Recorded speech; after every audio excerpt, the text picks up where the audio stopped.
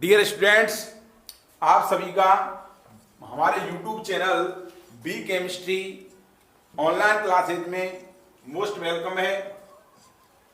हम लोग पढ़ रहे हैं एल्किल हैलाइड में नेक्स्ट 9 लेक्चर। इसके अंतर्गत विलोपन अपक्रिया पढ़ेंगे और इसके अलावा फ्रेडरक्राफ्ट एसाइलेशन और फ्रेडरक्राफ्ट एल्काइलेशन पढ़ेंगे और देन अपन डाई हैलाइड पर आएंगे। किस पर आएंगे? डाई हैलाइड पर।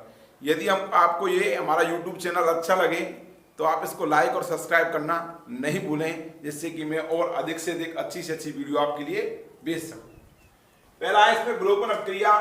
तो एल्किल हैलाइडों के अंदर विलोपन अपक्रिया संपन्न होती है। ये विलोपन अपक्रिया दो प्रकार की होती है, मेनली दो प्रकार की, इवन एलिमिनेशन रिएक्शन और E2। ये विलोपन अपक्रिया दो प्रकार की होती है, इवन एलिमिनेशन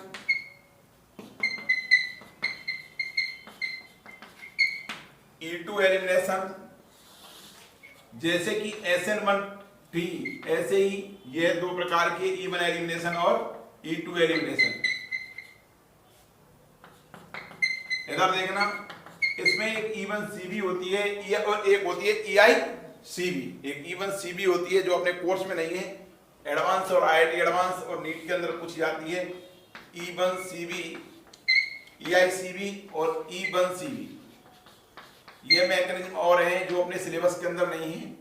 इधर एलिमिनेशन रिएक्शन में होता है क्या है? एलिमिनेशन रिएक्शन के अंदर ये होता है कि दो सिग्मा बंध टूटते हैं और एक पाई बंध का निर्माण होता है। जैसे कि यहां पर मैंने एल्किल दिया CH3, ये CH2 और ये X।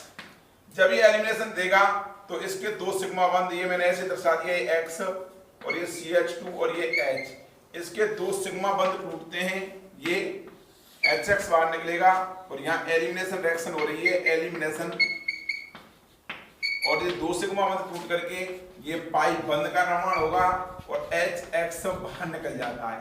तो यहाँ पर ऐसी रासायनिक अपक्रिया जिसके अंतर्गत दो सिग्मा बंध टूटते हैं और एक पाई बंध का निर्माण होता है, तो और कोई छोटा मॉलिक्यूल बाहर निकलता है, तो इस अपक्रिया को अपन विलोपन अपक्रिया के नाम से जानते हैं। लेकिन विलोपन अपक्रिया की मैकेनिज्म क्या है, इसके बारे में स्टडी करेंगे। तो एक आता है इवन एलिमिनेशन और एक E2 एलिमिनेशन। तो सबसे पहले अपन स्टडी करेंगे इवन एलिमिनेशन क्रिया की क्रियाविधि और इवन एलिमिनेशन है क्या, इसके बारे में देखना है। जब एल्किल हैलाइडों की क्रिया एल्कोहलिक KOH या NOH के साथ कराई जाती है तो उत्पाद के रूप में हमको एल्कीन की प्राप्ति होती है। इधर देखना, इवन एलिमिनेशन रिएक्शन की स्टडी करा रहे हैं अपन। जब किसी एल्किल हैलाइड, ये एल्किल हैलाइड ले लिया अपन ने, ये CH3, ये CH3, ये CH2, इधर ये CH2Cl, ये कोई एल्किल हैलाइड है। इसकी क्रिया एल्कोहलिक NaOH या एल्कोहलिक KOH के साथ कराता हूं। एल्कोहलिक NaOH या KOH की उपस्थिति में क्रिया कराता हूं तो अपने को दो उत्पाद की प्राप्ति होगी। पहला उत्पाद ये CH3C, ये CH3, डबल बॉन्ड CH और ये CH3। एक तो ये उत्पाद होगा A, और दूसरा उत्पाद ये CH2 डबल बॉन्ड, ये C, ये CH3, इधर सिंगल बॉन्ड CH, CH2CH3। ये दो उत्पाद प्राप्त होते हैं A और B। इनमें एक एल्कीन सैत जैप होती है, ZD सैत जैप एल्कीन, और दूसरी एल्कीन होती है Hoffmann alkene, Hoffmann alkene. These are more stable,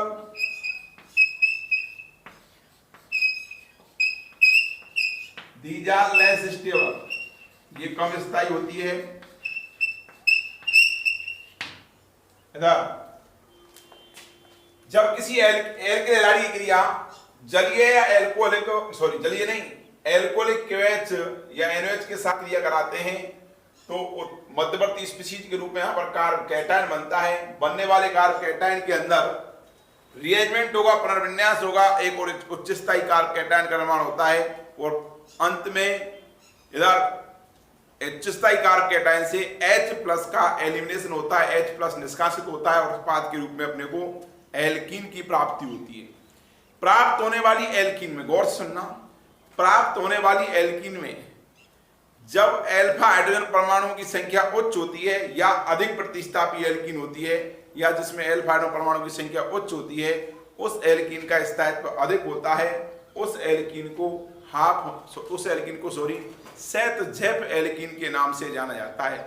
जबकि जिस एल्कीन में अल्फा हाइड्रोजन परमाणु की संख्या कम होती है एवं जिस एल्कीन में अल्फा हाइड्रोजन परमाणु की संख्या कम होती है या कम प्रतिस्थापी एल्कीन होती है, उस एल्कीन को हाफमान एल्कीन के नाम से जाना जाता है और हाफमान एल्कीन कम स्थायी एल्कीन होती है।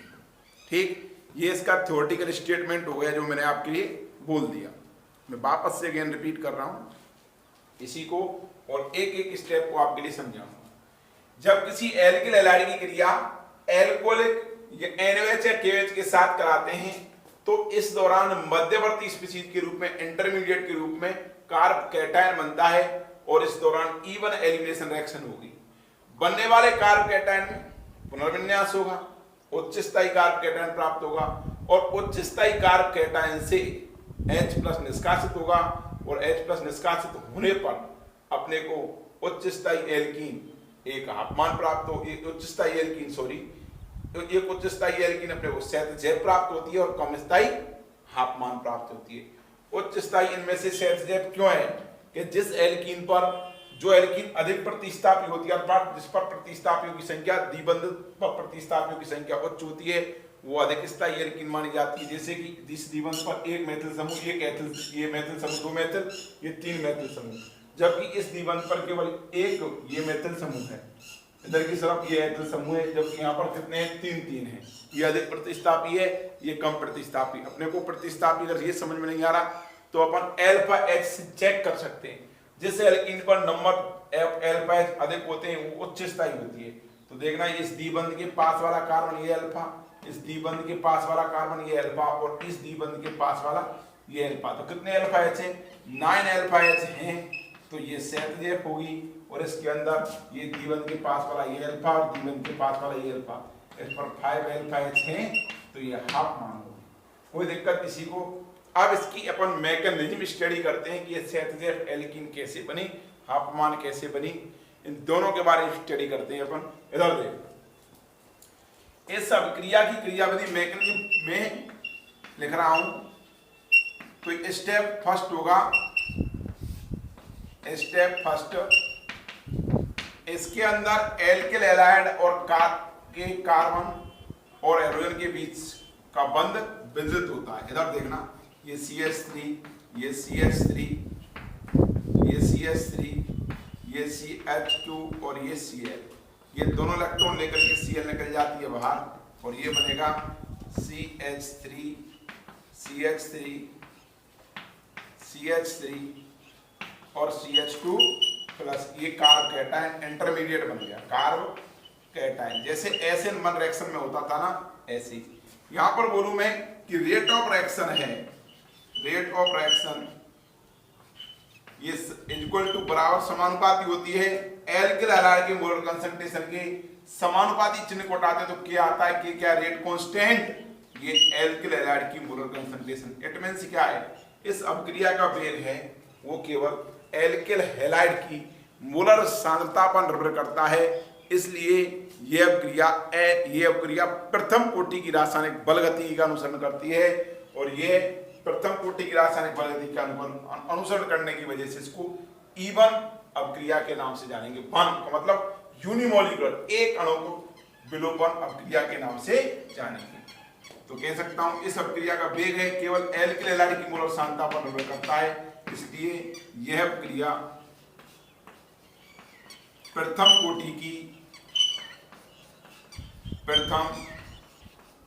कोटि की रासायनिक बल गतिकी का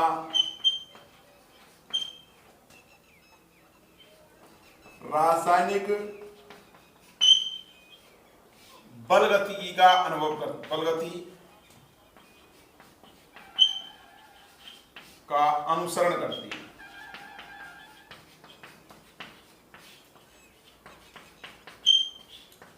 स्टेप फर्स्ट समझ में आ गया होगा आपके में। स्टेप सेकंड देखना क्या होगा। स्टेप सेकंड में जो ये बनने वाला कार्ब कैटायन है इससे H+ का निष्कासन होगा, तो मैं यहां पर निकाल रहा हूं H+। इधर देखना स्टेप सेकंड, इवन एलिमिनेशन का स्टेप सेकंड देखना।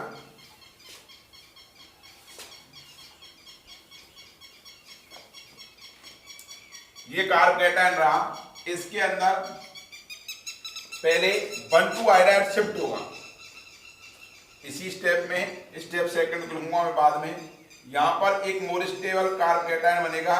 मोर स्टेबल कार्ब कैटायन बनने के लिए यहां पर इसमें 1,2 आयोडाइड नहीं, सॉरी 1,2 मिथाइल शिफ्टिंग होगी। तो ये मिथाइल यहां से यहां पर जाएगा, तो यहां पर होगी 1,2 मेथिल शिफ्ट। जैसी 1,2 मेथिल शिफ्ट होगी तो क्या होगा, ये CH3 ये पॉजिटिव और ये CH2 और ये CH3। इस प्रकार से ये बन जाता है क्या, मोर स्टेबल कार्ब कैटायन। बनने वाले मोर स्टेबल कार्ब कैटायन में से H+ का निष्कासन होगा। ये CH3 ये पॉजिटिव चार्ज CH2 और ये CH3। देखो इस पॉजिटिव चार्ज कार्ब कैटायन पर कितने प्रकार के अल्फा H है। एक तो अल्फा H यहां पर है, एक अल्फा H इस जगह पर है। ठीक, यदि इस अल्फा H में से ये वाला हाइड्रोजन निष्कासित हो जाए, इन दोनों इलेक्ट्रॉन्स को ये यहां पर दे करके H+ के रूप में निष्कासित हो जाता है, तो उत्पाद की स्टेप सेकंड लिख रहा है हमने, ये स्टेप सेकंड है। अगर ये निष्कासित हो जाता है H+, तो प्रोडक्ट के रूप में अपने को ये एल्कीन मिलती -H+।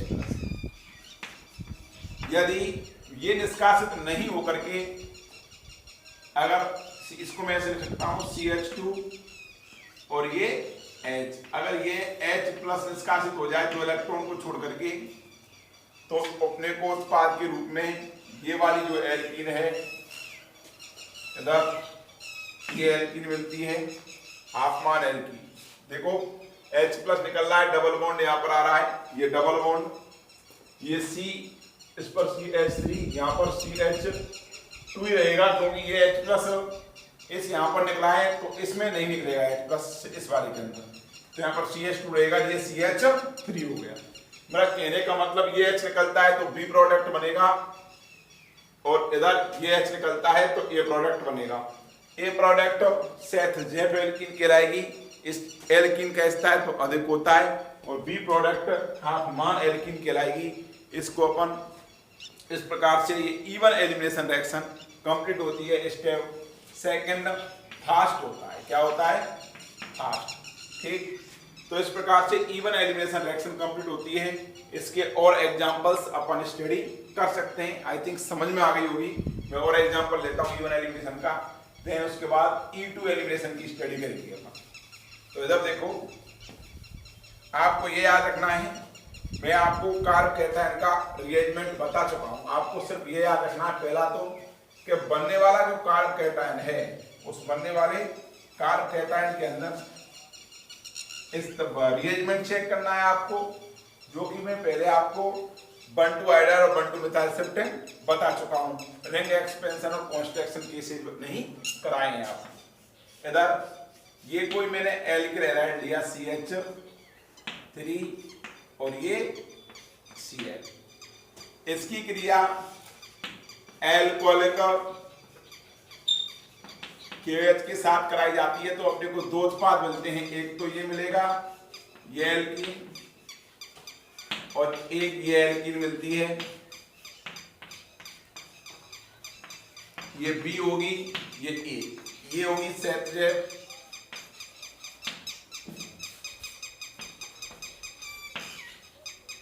सेटजेफ, ये हॉफमान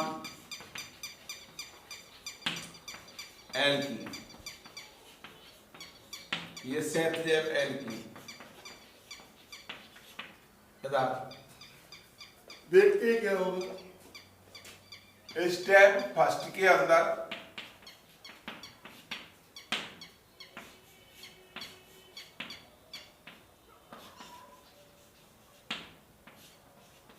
Cl,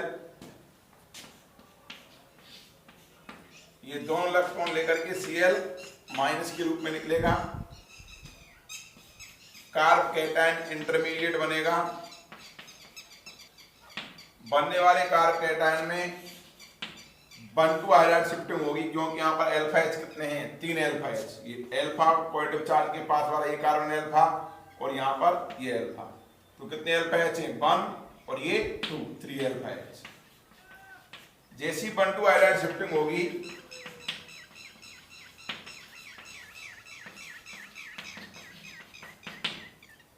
तो अपने को इधर ये CH3 ये एल्कीन मिल जाएगी, सॉरी ये carbocation more stable carbocation मिल जाएगा। इस मोर स्टेबल कार्ब कैटायन पर नंबर ऑफ अल्फा एच कितने होते हैं, 2 2 4 3 7 अल्फा एच। अब इस 7 अल्फा एच वाले कार्ब कैटायन से स्टेप सेकंड में H प्लस का निष्कासन होता है। तो देखो इधर इसको मैं ऐसे लिख सकता हूं कि CH2H CH3 को, और एक H अल्फा एच यहाँ पर भी है और यहाँ पर भी है, दोनों एक ही, कोई दिक्कत नहीं है, यहाँ पर आइडेंटिकल है दोनों alpha H.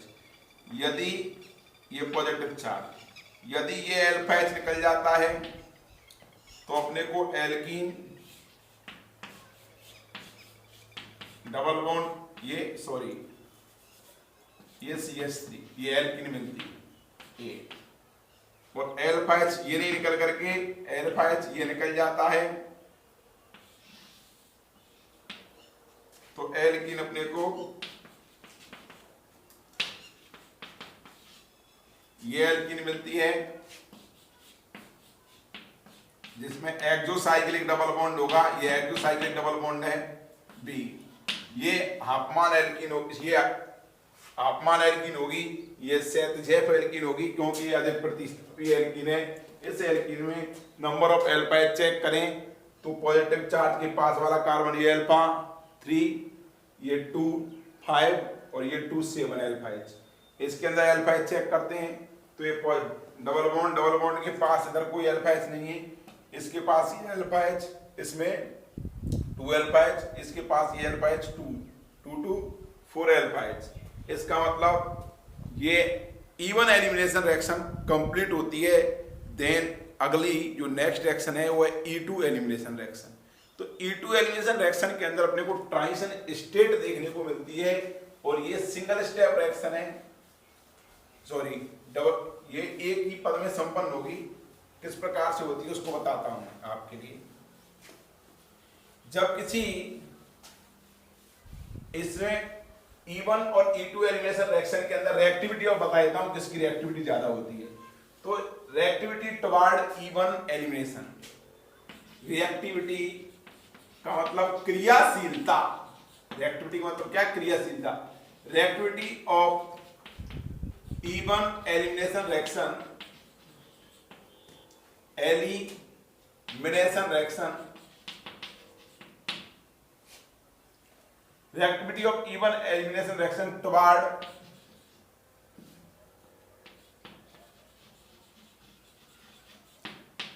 alcoholic KOH,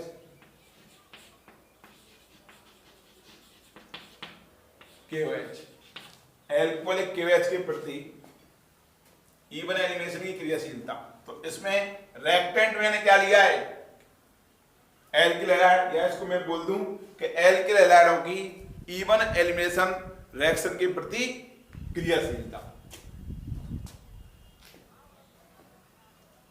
toward alcoholic KOH, नहीं sorry, toward alkyl halide, alkyl halide, alkyl हैलाइडों के प्रति क्रियाशीलता सबसे अधिक 3D एल्किल हैलाइड होगा, क्योंकि इसकी 3D कार्ब कैटायन की स्टेबिलिटी सबसे अधिक। देन 2 डिग्री एल्किल हैलाइड और सबसे कम होगा 1 degree alkyl halide. 3 degree alkyl halide बोले तो सब आपको पता है, क्लासिफिकेशन में बता दिया है। ऐसा कार्बन जिसके 3 कार्बन जुड़े होते हैं 3 डिग्री एल्किल हैलाइड, ये 2 डिग्री और ये 1 डिग्री एल्किल हैलाइड। इसके बाद एक्टिविटी आती है एल्किल हैलाइडों में। यदि यहां पर आयोडीन हाइड्रोजन एक एल्किल समूह समान होता, कांस्टेंट होता, तो किसकी क्रियाशीलता सबसे अधिक होती? Ri की सबसे अधिक, RBr की उससे कम, RCl की उससे कम और Rf की सबसे कम। कब? कि जब एल्किल समूह कॉमन होते हैं तो रिएक्टिविटी का निर्धारण अपन हैलाइड आयन के आधार पर करते हैं। तो जिस हैलाइड आयन की लिविंग ग्रुप एबिलिटी का मतलब निकलने की प्रवृत्ति, जिस हैलाइड आयन की लिविंग ग्रुप एबिलिटी सबसे अधिक होती है, निकलने की प्रवृत्ति सबसे अधिक होती है, उसकी रिएक्टिविटी टुवर्ड एलिमिनेशन रिएक्शन सबसे अधिक मानी जाती है। तो Ri में आयोडीन सबसे अच्छा लिविंग ग्रुप है और सबसे खराब लिविंग ग्रुप कौन सा है? फ्लोरीन। तो एल्किल फ्लोराइड की क्रियाशीलता सबसे कम एलिमिनेशन की प्रति, और एल्किल हैलाइडों में एल्किल आयोडाइड की क्रियाशीलता सबसे अधिक। ये दोनों इसके घटते क्रम हैं, डिक्रीजिंग ऑर्डर है, डिक्रीजिंग ऑर्डर, घटता क्रम। ठीक, याद रखना जब एल्किल हैलाइडों में एल्किल समूह अलग अलग होते हैं तो 3 डिग्री मोर रिएक्टिव, 2 डिग्री उससे कम और 1 डिग्री सबसे कम। और जब एल्किल हैलाइडों में एल्किल समूह कॉमन है तो देन आयोडाइड सबसे अधिक, ब्रोमाइड एल्किल ब्रोमाइड उससे कम, एल्किल क्लोराइड उससे कम, एल्किल फ्लोराइड सबसे कम क्रियाशील माना जाता है। ओके, मैं देन E2 एलिमिनेशन रिएक्शन पर चर्चा करता हूं कि E2 एलिमिनेशन रिएक्शन क्या है। ठीक, तो E2 एलिमिनेशन रिएक्शन होती क्या है इसके बारे में बताता हूं आपके लिए कि E2 एलिमिनेशन रिएक्शन विशेषकर प्राथमिक एल्किल हैलाइड सुगमता पूर्वक देते हैं। जैसे कि अपन ने SN2 की स्टडी की थी, वैसे ही E2 एलिमिनेशन रिएक्शन की अपन स्टडी करते हैं। देखो E2 एलिमिनेशन रिएक्शन में क्या होगा? E2 एलिमिनेशन का मतलब विलोपन, विलोपन अपक्रिया। ये कोई एल्किल हैलाइड लिया अपन ने, CH3CH2 Cl, इसकी क्रिया बेस के साथ करा दी B- के साथ, तो अपने को प्रोडक्ट ये CH double bond CH2 plus BH plus Cl minus की प्राप्ति हो जाती है। ये अपने को एल्कीन मिल जाती है प्रोडक्ट के रूप में। तो यहां पर एलिमिनेशन रिएक्शन संपन्न हुई है, जिसको बोला है अपन ने E2 एलिमिनेशन। तो प्राथमिक एल्किल हैलाइड की क्रिया जब प्रबल क्षार के साथ कराई जाती है तो उस दौरान E2 एलिमिनेशन रिएक्शन संपन्न होती है। इधर कैसे?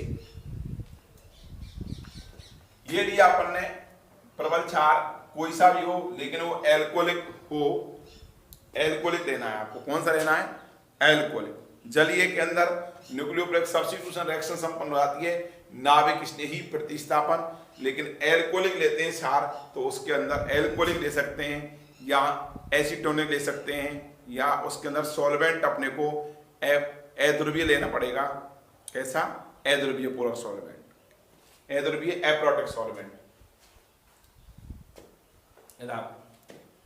इसकी मैकेनिज्म लिख रहा हूं मैं E2 की, तो इसकी मैकेनिज्म क्या होगी? ये लिया मैंने, ये CH2 सिंगल बॉन्ड CH2, ये Cl और इधर ये H। जब मैं इसकी क्रिया बेस के साथ कराऊंगा B- के साथ, तो ये अटैक इस बीटा H पर करता है, ये अल्फा और ये बीटा। ये अल्फा कार्बन, क्लोरीन जिस कार्बन से बनते हैं वो अल्फा कार्बन, अगला कार्बन बीटा, ये अप्रोच करता है इस बीटा H पर। जैसे इस बीटा H पर अप्रोच करता है तो इस दौरान अपने को एक ट्रांजिशन स्टेट मिलेगी। कैसी बनती है ट्रांजिशन स्टेट, मैं बताता हूं आपके लिए कि इस बीटा एच पर जब क्षार अप्रोच करेगा तो ये CH2, तो इस कार्बन बीटा कार्बन और H के बीच का बंध टूटेगा। इधर इस B माइनस और इस H के बीच का बॉन्ड बनना प्रारंभ होगा। इधर इस कार्बन जब इसके बीच का बॉन्ड टूटेगा बीटा H और कार्बन का, तो इधर ये कार्बन कार्बन एकल बॉन्ड है, ये कार्बन और क्लोरीन जो एकल बंध है ये वाला बंध टूटना प्रारंभ होगा और कार्बन कार्बन के बीच बंध बनना प्रारंभ होगा। तो इधर देखना, ये वाली जो अवस्था प्राप्त होगी इसको बोलेंगे हम ट्रांजिशन स्टेट। ये 2 इलेक्ट्रॉन को लेकर के जाएगा तो पार्शियल इस पर नेगेटिव चार्ज आएगा, ठीक। तो इस दौरान ये अवस्था प्राप्त होगी, इसको बोलते हैं अपन ट्रांजिशन स्टेट, संक्रमण अवस्था। कैसे मैं वापस से बता रहा हूं, इस बीटा एच के साथ ये बी माइनस अप्रोच करेगा, बंध बनाना प्रारंभ करेगा, बॉन्ड बना रहा है, तो बीटा एच और क्षार के बीच बॉन्ड बनना प्रारंभ होगा। एच और इसके बीटा एच के बीच और क्षार के बीच बंध बनना प्रारंभ होगा। बीटा कार्बन और बीटा हाइड्रोजन के बीच बॉन्ड टूटना प्रारंभ होगा, कार्बन कार्बन के बीच बंध बनना प्रारंभ होगा और कार्बन और क्लोरीन के बीच बंध टूटना प्रारंभ होगा। जैसे ही ये स्टेप होगा स्लो, पहला स्टेप होगा, ये स्टेप पहला वाला, इसके अंदर ट्रांजिशन स्टेट बनती है। ये स्टेप एक ही है, केवल 1 स्टेप रिएक्शन है, ये स्टेप सिंगल में ही होती है। ये पहला स्टेप, यहाँ पर ये 1 स्टेप रिएक्शन में ट्रांजिशन स्टेट जब बनती है तो ये होता है स्लो स्टेप, सॉरी फास्ट नहीं, स्लो स्टेप होता है। और ये RDS स्टेप माना जाता है, रेट डिटरमिनिंग स्टेप। जब ये ट्रांजिशन स्टेट विघटित होती है तो यहां पर ये फास्ट होगा, ट्रांजिशन स्टेट विघटित होकर के उत्पाद बनाती है, तो ये कार्बन के और कार्बन के बीच डबल बॉन्ड बन जाता है, उत्पाद के रूप में एल्कीन बन जाती है, ये एल्कीन। और इसके बाद ये B और H अलग हो जाते हैं इधर, और ये Cl माइनस ये अलग हो जाता है, तो ये X बाई प्रोडक्ट के रूप में ये बन जाते हैं, मेन प्रोडक्ट एल्कीन बन जाती है, और ये एलिमिनेशन E2 एलिमिनेशन रिएक्शन की मैकेनिज्म पूरी होती है, कंप्लीट। मैं यहाँ पर आपको एक्सप्लेन करूं कि यहाँ पर जो रेट ऑफ रिएक्शन है, अभिक्रिया वेग है, रेट ऑफ रिएक्शन बोलते हैं अभिक्रिया वेग को। ये समानुपाती होता है, एक तो एल्किल हैलाइड की मोलर कंसंट्रेशन और एक क्षार की मोलर कंसंट्रेशन की। तो मैं कह सकता हूं समानुपाती चिन्ह को हटाऊंगा तो आएगा कि ये concentration of alkyl halide and concentration of base B minus. तो इस अभिक्रिया का वेग है वो एक एल्किल हैलाइड और एक क्षार, इन दोनों की सांद्रता पर निर्भर करता है। इसीलिए यह अभिक्रिया द्वितीय कोटि की रासायनिक बल गतिकी का अनुसरण करती है। यह अभिक्रिया द्वितीय कोटि की रासायनिक बल गतिकी का अनुसरण करती है, इसीलिए इसको E2 लिखते हैं। E2 का मतलब है त्रिआणविक विलोपन अभिक्रिया, ठीक। कोई दिक्कत किसी को? यहाँ पर एल्फा बीटा विलोपन हुआ है और एल्फा बीटा विलोपन के पश्चात अपने को उत्पाद के रूप में एल्कीन प्राप्त हुई है। यहाँ पर 2 सिग्मा बॉन्ड टूटे हैं और एक पाई बंध का जनरेशन हुआ है। तो विलोपन अभिक्रिया में 2 सिग्मा बॉन्ड टूटते हैं और एक पाई बंध का निर्माण होता है। E2 एलिमिनेशन रिएक्शन के प्रति आप रिएक्टिविटी क्रियाशीलता का ऑर्डर देखें तो ये 1 डिग्री एल्किल हैलाइड की क्रियाशीलता सबसे अधिक, 2 डिग्री एल्किल हैलाइड की क्रियाशीलता उससे कम और 3 डिग्री एल्किल हैलाइड की क्रियाशीलता सबसे कम मानी जाती है। किसके प्रति? E2 एलिमिनेशन रिएक्शन के प्रति। मैं आप इसके जो नेक्स्ट एक नेमिंग रिएक्शन है, बहुत अच्छी अभिक्रिया है, उसको मैं आपके लिए एक्सप्लेन करता हूं। वो अभिक्रिया है फ्रीडल-क्राफ्ट एल्काइलेशन और फ्रीडल-क्राफ्ट एसाइलेशन। फ्रीडल-क्राफ्ट एल्किलीकरण एवं फ्रीडल-क्राफ्ट एसिडीकरण, दोनों अभिक्रियाएं बहुत इंपॉर्टेंट हैं कंपैरेटिव दृष्टि से भी। और इस पर ये अप्रोच आती आज कई बार आती है अभिक्रियाएं, मैं बताता हूँ, एक्सप्लेन करता हूँ आपके लिए। तो ये फ्रीडल-क्राफ्ट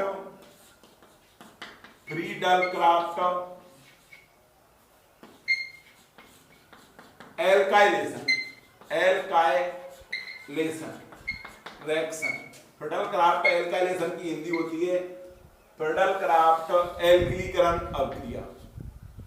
ये क्या है समझने का प्रयास करना। जब किसी एल्किल हैलाइड की क्रिया, किसकी एल्किल हैलाइड की क्रिया, ये लिया मैंने एल्किल हैलाइड RCl, इसकी क्रिया एल्किल क्लोराइड लिया, एल्किल हैलाइड ये एल्किल क्लोराइड भी, इसकी क्रिया लुईस अम्ल उत्प्रेरक, जैसे कि लुईस अम्ल होता है AlCl3 लुईस अम्ल है, FeCl3 लुईस अम्ल है। लुईस अम्ल उत्प्रेरक ये कैसे लेंगे, निर्जल एनहाइड्रस। लुईस अम्ल उत्प्रेरक की उपस्थिति में अंधकार के अंदर कराई जाती है, किसके अंदर, अंधकार के अंदर कराई जाती है, तो उत्पाद के रूप में अपने को एल्किल बेंजीन की प्राप्ति होती है, अर्थात सब्स्टिट्यूटेड एल्किल बेंजीन की प्राप्ति होती है मुख्य उत्पाद के रूप में इधर, और बाय प्रोडक्ट बनता है HCl। ठीक, ये एल्किल बेंजीन बन गई। मैं इसको रिपीट करता हूं।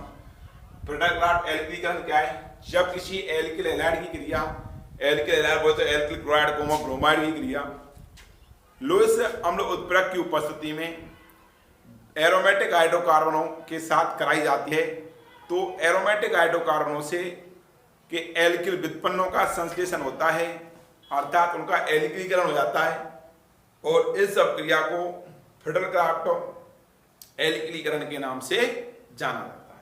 इधर देखना, ये मैंने रिएक्शन लिख दिए। एक एग्जांपल इसका मैंने ये लिख दिया। नेक्स्ट दूसरा एग्जांपल ये लिया मैंने, इस बेंजीन की क्रिया CH3Cl के साथ कराता हूं, निर्जल AlCl3 या FeCl3 की उपस्थिति में, ये भी कैसा लूंगा, एनहाइड्रस लूंगा, और पूर्णतः अंधकार लेता हूं, डार्कनेस। तो जैसे ही कराता हूं तो यहां पर ये मुख्य उत्पाद के रूप में टोलुइन बनती है और HCl निकल जाता है बाहर। ठीक, यदि मैं इसकी क्रिया, इसी की क्रिया बेंजीन की क्रिया, अब मैं यहां पर OH ग्रुप जोड़ दूं तो ये हो जाएगा फिनॉल, और इस फिनॉल की क्रिया मिथाइल क्लोराइड के साथ निर्जल AlCl3 की उपस्थिति में कराता हूं, या FeCl3 की उपस्थिति में अंधकार में। तो यहां पर आपको यह पता होना चाहिए कि जो OH समूह है इस बेंजीन वलय की एप्सो स्थिति पर है। किस पर है, बेंजीन वलय की एप्सो स्थिति पर। इस OH समूह का निर्देशात्मक प्रभाव क्या होता है, और इस OH समूह का कौन सा प्रभाव बेंजीन वलय पर लगता है। तो देखो इधर मैं एक्सप्लेन करता हूं इसका कौन सा निर्देशात्मक प्रभाव होगा। इस OH समूह में ऑक्सीजन पर लोन पेयर है, ये लोन पेयर बेंजीन वलय के पाई बंध के साथ अनुनाद में है। अनुनाद में होने के कारण इस OH समूह का बेंजीन वलय पर की इप्सो स्थिति पर जो OH समूह है इसका बेंजीन वलय पर +R प्रभाव लगता है। कौन सा प्रभाव लगता है, +R प्रभाव। मैंने आपके लिए पहले ही एक्सप्लेन किया था कि +R प्रभाव दर्शाने वाले समूह जब बेंजीन वलय की इप्सो स्थिति पर स्थित होते हैं, गौर से सुनना इस लाइन को, +R प्रभाव दर्शाने वाले समूह जब बेंजीन वलय की इप्सो स्थिति पर स्थित होते हैं, तो इन समूहों का जो निर्देशात्मक प्रभाव होता है वो ऑर्थो और पैरा निर्देशी होते हैं, अर्थात ऑर्थो पैरा निर्दिष्ट कार्य होते हैं। तो ये आने वाला इलेक्ट्रोफाइल है, आने वाले इलेक्ट्रॉन स्नेही को ये किस जगह पर स्थान ग्रहण करवाएंगे, ये इस ऑर्थो पर और पैरा पर, ये मेटा स्थिति पर स्थान ग्रहण नहीं करने देते हैं। मैं आपको और आगे एक्सप्लेन कर दूंगा एक दिन। ठीक, जिस टाइम पर +R और +H के और प्लस आई के बारे में वीडियो बनाएंगे उस टाइम पर। अगर आपने इफेक्ट किसी ने नहीं पढ़े क्या 11th क्लास के अंदर, तो अब प्लस एच और प्लस आर और प्लस आई और माइनस आई इफेक्ट्स क्या हैं, इनके ऊपर आपके लिए वीडियो लेक्चर बना करके सेंड करूंगा, तब आपको समझ में आ जाएगा कि इसका निर्देशात्मक प्रभाव ये ऑर्थो पैरा निर्देशी क्यों है, मेटा निर्देशी क्यों नहीं है। तो यहाँ पर OH के सापेक्ष इस CH3 का समावेश किस स्थिति पर होता है, ऑर्थो पैरा पर होता है या मेटा पर होता है, तो OH समूह होता है ऑर्थो पैरा निर्देशी। इस वजह से OH जो CH3 समूह है एल्किल मेथिल समूह, इसका समावेश एक तो ऑर्थो पर होगा, ये प्राप्त होगा ऑर्थो मेथिल फिनॉल या ortho toluene, ortho hydroxy toluene, और एक प्राप्त होता है ये इधर OH और ये पैरा। इसको अपन, इसका सामान्य नाम होता है ऑर्थोक्रिसॉल, ऑर्थोक्रिसॉल, और इसका सामान्य नाम होता है पैराक्रिसॉल। पैरा उत्पाद मुख्य उत्पाद के रूप में बनता है मेन प्रोडक्ट, मेन प्रोडक्ट होता है ये।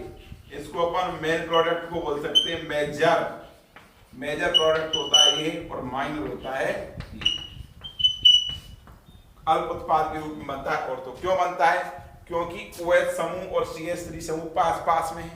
रिपल्सन होगा, रिपल्सन की वजह से इसकी पोटेंशियल एनर्जी है वो बढ़ जाती है, रिश्ता है वो घट जाता है, जबकि यहाँ विपरीत दिशा में है OH समूह।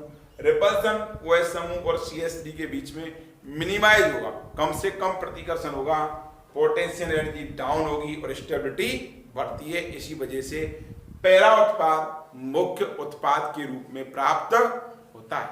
ठीक, मैं इसका एक और नेक्स्ट एग्जांपल फ्रिडल-क्राफ्ट एल्काइलेशन का लेता हूं। ये अपन ने बेंजीन ली, इसकी क्रिया नॉर्मल प्रोपेल क्लोराइड के साथ करवाई, CH2Cl। कंडीशन दोनों की दोनों एज इट इज रहेंगी, एक निर्जल ApCl3 या AlCl3 ले सकता हूं मैं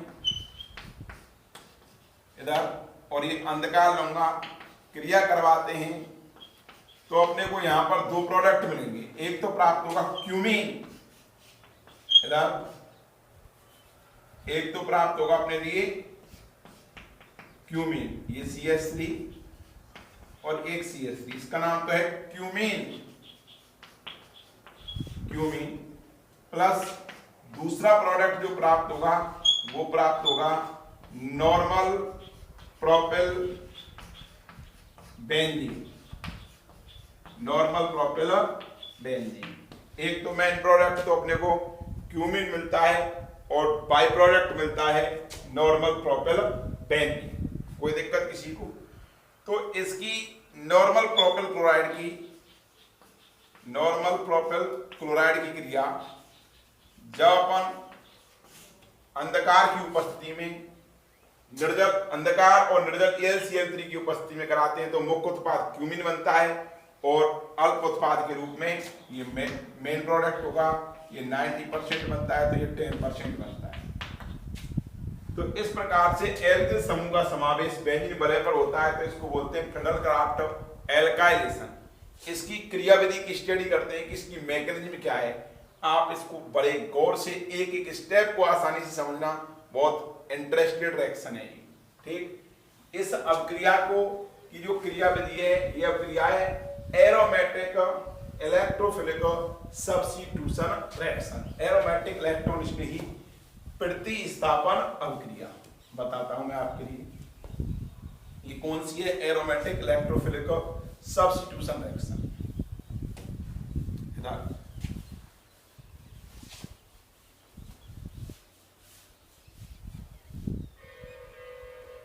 ये एरोमेटिक, ये होती है ARSE, एरोमेटिक। AR का मतलब एरोमेटिक, S का मतलब सब्स्टिट्यूशन, E का मतलब इलेक्ट्रोफिलिक। तो इसकी फुल फॉर्म क्या हो गई, एरोमेटिक इलेक्ट्रोफिलिक सब्स्टिट्यूशन रिएक्शन। क्या हो गई, एरोमेटिक इलेक्ट्रोफिलिक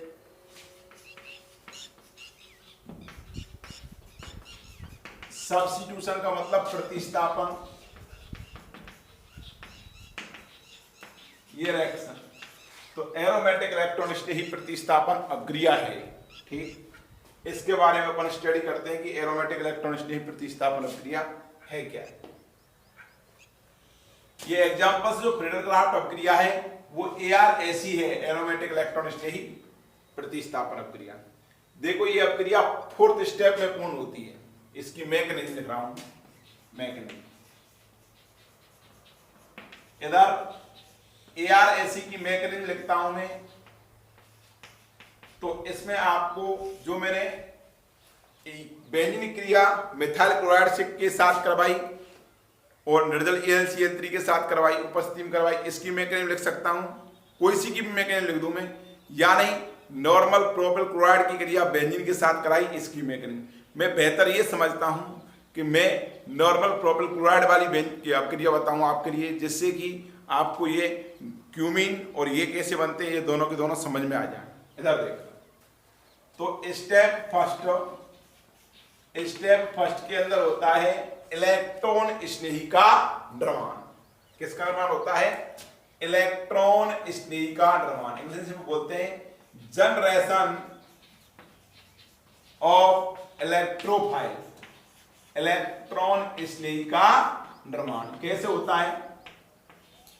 देखो ये एल्किल हैलाइड लिया अपन ने, CH3 CH2 CH2 और ये Cl, ये नॉर्मल प्रोपिल क्लोराइड लिया।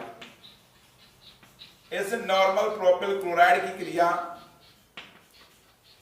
अपन कराते हैं AlCl3 या ApCl3 निर्जल के साथ। तो ये क्या करेगा बेटा, ये Cl के दोनों इलेक्ट्रॉन्स को लेगा, Cl माइनस के रूप में निकलता है और इस कार्बन पर पॉजिटिव चार्ज आ जाता है। तो जैसे ही कार्बन पर पॉजिटिव चार्ज आता है तो ये बनाएगा CH2 प्लस कार्बोकैटायन, साथ ही साथ FeCl4 माइनस ये निकल जाता है। ठीक, ये स्टेप फर्स्ट हो गया जनरेशन ऑफ इलेक्ट्रोफाइल। अब बनने वाला कार्बोकैटायन अगर मैं मिथाइल क्लोराइड लेता तो मिथाइल क्लोराइड AlCl3 के साथ क्रिया करके CH3 प्लस बनाता, और CH3 प्लस बनने वाले कार्बोकैटायन CH3 प्लस के अंदर कोई पुनर्विन्यास है नहीं है तो कोई दिक्कत नहीं, पुनर्विन्यास नहीं होता। लेकिन यहां पर जो नॉर्मल प्रोपिल कार्बोकैटायन बन रहा है, ये बन रहा है नॉर्मल प्रोपिल कार्बोकैटायन।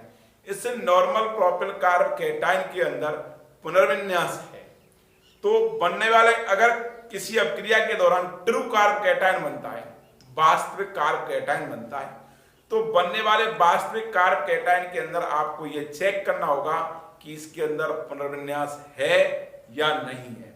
यदि पुनर्विन्यास होता है तो आपको उसके अंदर 1,2 आयोडाइड या 1,2 मिथाइल शिफ्ट करके एक मोर स्टेबल कार्बोकैटायन प्राप्त कर लेना होगा। तो यहां पर ये 2α-H है पॉजिटिव चार्ज कार्बन के पास में, तो ये 2α-H, इसके अंदर रिएजमेंट होगा और ये 1,2 हाइड्राइड शिफ्टिंग। मैंने इसके अंदर 1,2 आयोडाइड शिफ्ट कर दिया, 1,2 आयोडाइड शिफ्ट। जैसी 1,2 आयोडाइड शिफ्ट होगा तो ये क्या प्राप्त हो जाएगा, CH3 CH3, ये पॉजिटिव, ये बन गया आइसोप्रोपाइल कार्बोकैटायन, आइसोप्रोपिल कार्बोकैटायन। अब बनने वाले आइसोप्रोपिल कार्बोकैटायन ये हो गया, ये मोर स्टेबल है, इसके अंदर अल्फा-H कितने हैं, 6α-H are present in isopropyl carbocation. इस बनने वाले आइसोप्रोपाइल कार्बोकैटायन एक तो एक इलेक्ट्रोफाइल ये हो गया और एक इलेक्ट्रोफाइल ये हो गया।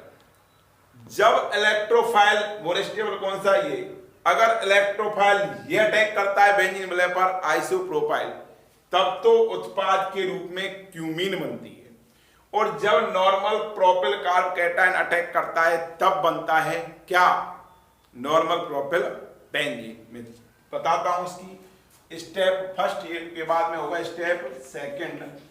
उस स्टेप सेकंड के अंदर क्या होगा कि स्टेप सेकंड के अंदर ये बनने वाला जो इलेक्ट्रोफाइल है ये बेंजीन वलय पर आक्रमण करता है। तो स्टेप सेकंड में होगा कि इलेक्ट्रॉन स्नेही का बेंजीन वलय पर आक्रमण, नोट कर लेना, इलेक्ट्रॉन स्नेही का बेंजीन वलय पर आक्रमण। तो attacking of electrophile on benzene ring, benzene वलय पर इलेक्ट्रॉन स्नेही का आक्रमण। तो किस प्रकार से होता है इधर देखना। तो इसमें ये अटैक करेगा कौन, कौन अटैक करता है भाई, इसके अंदर अटैक करेगा आइसोप्रोपाइल कार्बोकेटायन, क्योंकि ये स्थायी होता है। अगर नॉर्मल प्रोपाइल कार्बोकेटायन करता है तो बनता है नॉर्मल प्रोपाइल बेंजीन। ये न्यूक्लियोफाइल होगा बेंजीन, और कार्बोकेटायन क्या होगा, इलेक्ट्रोफाइल। ये इलेक्ट्रोफाइल और ये न्यूक्लियोफाइल। ठीक, न्यूक्लियोफाइल को NU से या NU माइनस से दर्शाते हैं, इलेक्ट्रोफाइल को E प्लस से या E से दर्शाते हैं। तो यहाँ पर ये इलेक्ट्रॉन बेंजीन वलय पर कोई समूह नहीं लगा हुआ है, तो ये इलेक्ट्रॉन किधर भी शिफ्ट हो सकते हैं। मैं एक पाई बॉन्ड को तोड़ता हूँ, इधर इस पाई बंद के इलेक्ट्रॉन फॉर एग्जांपल इधर भी शिफ्ट हो सकते हैं और इधर भी शिफ्ट हो सकते हैं, किधर भी शिफ्ट कर लो।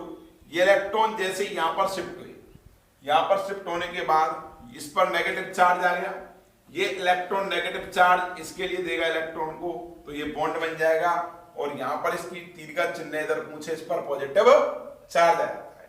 इधर देखना, ये बेंजीन वलय बॉन्ड बन गया, ये CH और ये CH3। ये बॉन्ड अपन ने डिस्टर्ब नहीं किया, यथावत है, ये बॉन्ड रहा, ये बॉन्ड रहा। इलेक्ट्रॉन इधर से गए तो यहाँ पर ये पॉजिटिव चार्ज आ गया, कोई दिक्कत किसी को। ये पॉजिटिव चार्ज इस जगह पर आ जाता है, ये आ गया, ये पॉजिटिव चार्ज बन गया। ये अपने को सेकंड स्टेप में बनता है। बनने वाले इसके अंदर कोई रिअरेंजमेंट है, या बनने वाले इसके अंदर रिअरेंजमेंट नहीं, कोई रेजोनेंस की पॉसिबिलिटी बन रही है या नहीं बन रही है, तो ये चेक करते हैं। तो ये पॉजिटिव चार्ज, फिर एकल बिंद, फिर डबल बॉन्ड, तो ये रेजोनेंस की कंडीशन बनती है। यहाँ पर एक पॉजिटिव चार्ज है और डबल बॉन्ड है, तो पॉजिटिव चार्ज का द्विबंध के साथ संयुग्मन है, पॉजिटिव चार्ज एकल बॉन्ड फिर डबल बॉन्ड। तो ऐसी स्थिति के अंदर यहाँ पर अनुनाद होगा।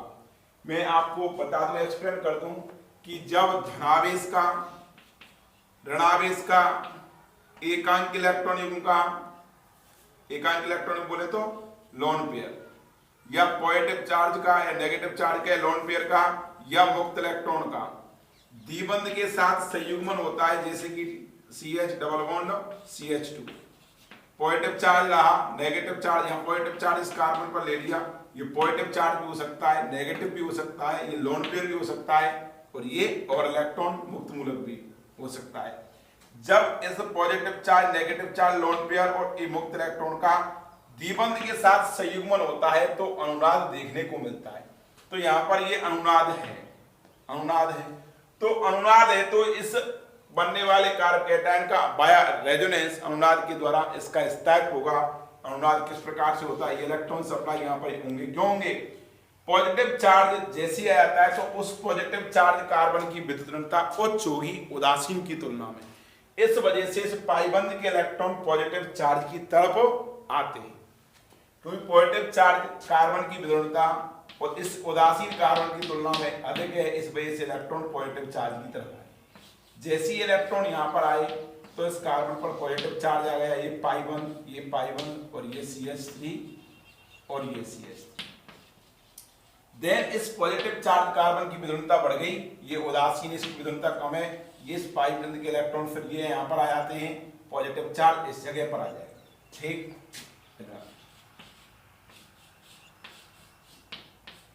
ये CH3, ये CH3,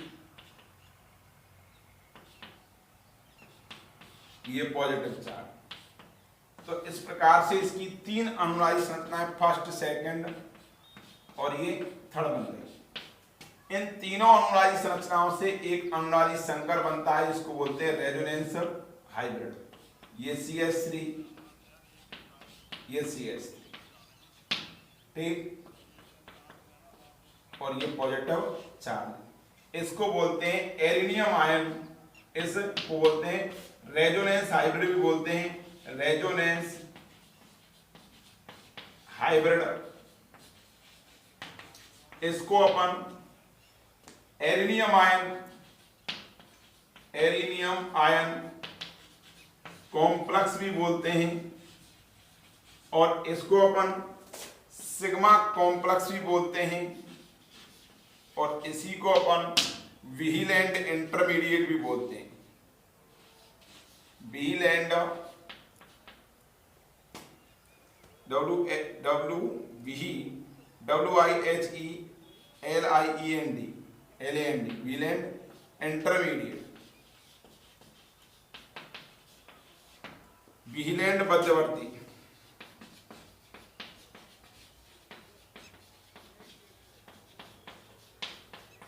तो बनने वाला जो इन तीनों अनुनायी संरचनाओं से जो संकरित संकर बनता है, मैंने यहां पर डैश डैश डैश दिखाया है वलयकार, और बीच में पॉजिटिव चार्ज दिखाया है। या इसको ऐसे लिख सकते हैं डेल प्लस 1/3, डेल प्लस 1/3 और डेल प्लस 1/3। इस प्रकार से इस को बोलते हैं, पर इन तीनों अनुनायी संरचनाओं की व्याख्या केवल यही कर सकता है। इसको बोलते हैं पर रेजोनेंस हाइब्रिड संकरित संकर, इसकी हिंदी अर्थ है संकरित संकर, या एरेनियम आयन कॉम्प्लेक्स, या इसी को बोलते हैं पर सिग्मा कॉम्प्लेक्स, सिग्मा संकुल, या इसको बोलते हैं व्हीलैंड इंटरमीडिएट। ये स्टेप सेकंड हो गया। देन स्टेप थर्ड होता है, तीसरा स्टेप है एरोमेटाइजेशन। क्या है एरोमेटाइजेशन? एरोमेटाइजेशन कैसे होगा कि ये बनने वाली जो स्पीसीज है ये एंटी एरोमेटिक हो जाती है। कैसे? जो ये व्हीलैंड इंटरमीडिएट बना है ये वाला सिग्मा कॉम्प्लेक्स, ये कैसा है? नॉन एरोमेटिक है। ये डबल बॉन्ड, ये यहाँ पर 6 पाई इलेक्ट्रॉन है, 2 2 4 2 6, 6 पाई इलेक्ट्रॉन है। सिस्टम प्लेनर है, हगल के नियम के अनुसार ये एरोमेटिक है। लेकिन 2 और 2 4 पाई इलेक्ट्रॉन हो गई और एक sp3 संगत कार्बन आ गया, इसका मतलब ये नॉन एरोमेटिक है। तो स्टेप थर्ड के अंदर होगा एरोमेटाइजेशन। स्टेप थर्ड होता है एरोमेटीकरण। तो एरोमेटाइजेशन, ये एरोमेटीकरण होगा। यहां पर कैसे होता है, इसको मैं ऐसे लिख सकता हूं, ये CH3, ये CH3 डबल बॉन्ड, ये डबल बॉन्ड, और ये यहां पर ये रहा H। ठीक, ये एरोमेटीकरण होगा। ये दोनों की दोनों इलेक्ट्रॉन्स यहां पर चले जाते हैं, तो ये प्रोडक्ट मिल जाएगा अपने को, डबल बॉन्ड, ये डबल बॉन्ड, ये डबल बॉन्ड, और यहां पर आ जाएगा ये CH3 और ये CH3। ठीक, और H प्लस का निष्कासन हो गया। निकलने वाला H प्लस है वो स्टेप फोर्थ के अंदर H plus plus FeCl4, FeCl3 लिया है तो FeCl4 बनेगा, या AlCl3 लिया है तो AlCl4 बनेगा। ये इसके साथ क्रिया करेगा H प्लस के साथ में, तो H प्लस एक Cl माइनस लेगा, FeCl4 माइनस से AlCl4 माइनस से, Cl माइनस और H प्लस HCl बना देते हैं। साथ की साथ में AlCl3 या FeCl3 लिया है तो FeCl3 बाहर निकल जाता है। इस प्रकार से फ्रीडल क्राफ्ट एल्काइलीकरण की मैकेनिज्म पूरी हो जाती है और प्रोडक्ट अपने को क्या मिल जाता है? क्यूमीन मिल जाता है। अगर अटैक जब अपन आइसोप्रोपाइल कार्ब कैटायन का कराते हैं तब बनता है क्यूमीन, क्योंकि यहां पर स्टेबल मोर स्टेबल ये बन रहा है। यदि attack normal propyl carb cation का ही करा दिया तो क्यूमीन नहीं बनेगा, नॉर्मल प्रोपाइल बेंजीन बन जाएगी। आपको ये याद रखना है। फ्रीडल क्राफ्ट एल्काइलेशन में आपको ये याद रखना है कि अपने को जो अटैक कराना है वो बनने वाला कार्ब कैटायन उसके अंदर रिएजमेंट करा करके मोर स्टेबल का अटैक कराना होता है। ये माइनस ही चीजें हैं। आपको ये लग रहा होगा कि फ्रीडल क्राफ्ट एल्काइलेशन बहुत सरल है, कोई अगर छोटा सा आपके लिए एग्जांपल नहीं देगा, लेकिन जेईई मेंस और एडवांस के अंदर बच्चे को ये कह दिया जाए कि बेटा ये फ्रीडल क्राफ्ट एल्काइलीकरण का केस है, तब भी ये केसेस सॉल्व नहीं कर पाता है। मैं आपको जब अपन ऑफलाइन क्लासेज पढ़ेंगे तब आपके लिए डिस्कस करूंगा फ्रीडल क्राफ्ट एल्काइलेशन के बारे में, ठीक है ना। तो ये अपनी फ्रीडल क्राफ्ट एल्काइलेशन हो गई। नेक्स्ट ये आता है फ्रीडल क्राफ्ट एसाइलीकरण। फ्रीडल क्राफ्ट एसिडीकरण वो क्या है उसको बताता हूं आपको। वो बिल्कुल सेम ऐसी है जैसे कि फ्रीडल क्राफ्ट एल्काइलीकरण हुआ था, सिर्फ फर्क वहां पर यह है कि अपन बेंजीन वलय की क्रिया बेंजीन की क्रिया यहाँ तो एल्किल हैलाइड के साथ कराई थी, वहां पर कराते अपन एसिल हैलाइड के साथ उत्प्रेरक लुईस अम्ल उत्प्रेरक लेंगे और अंधकार लेते हैं। तो देखो इधर मैं बोल रहा हूं कि जब बेंजीन की क्रिया एसिल क्लोराइड के साथ, ये यहां पर फ्रेडल क्राफ्ट एल्गाइल करना है तो यहां पर होगा Friedel Crafts acylation,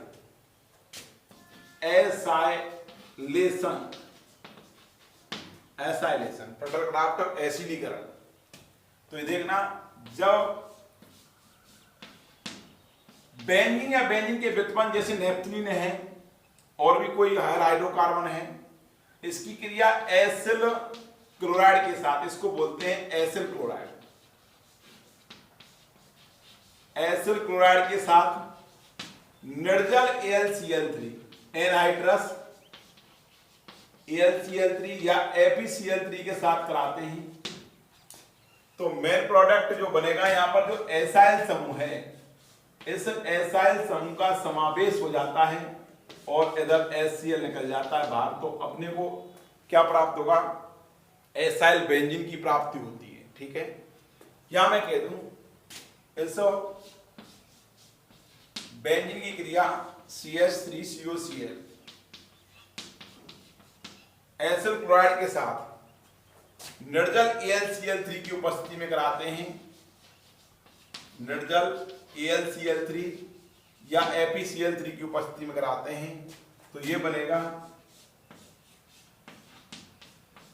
COCH3 plus HCl, अर्थात एसिल समूह का समावेश, ये एसिटिल समूह है, इस एसिटिल समूह का समावेश बेंजीन वलय पर हो जाता है और इस प्रोडक्ट का नाम है, इसको अपन ऐसे लिख सकते हैं C डबल बॉन्ड O और ये CH3, इसका नाम है एसीटोफेनॉल।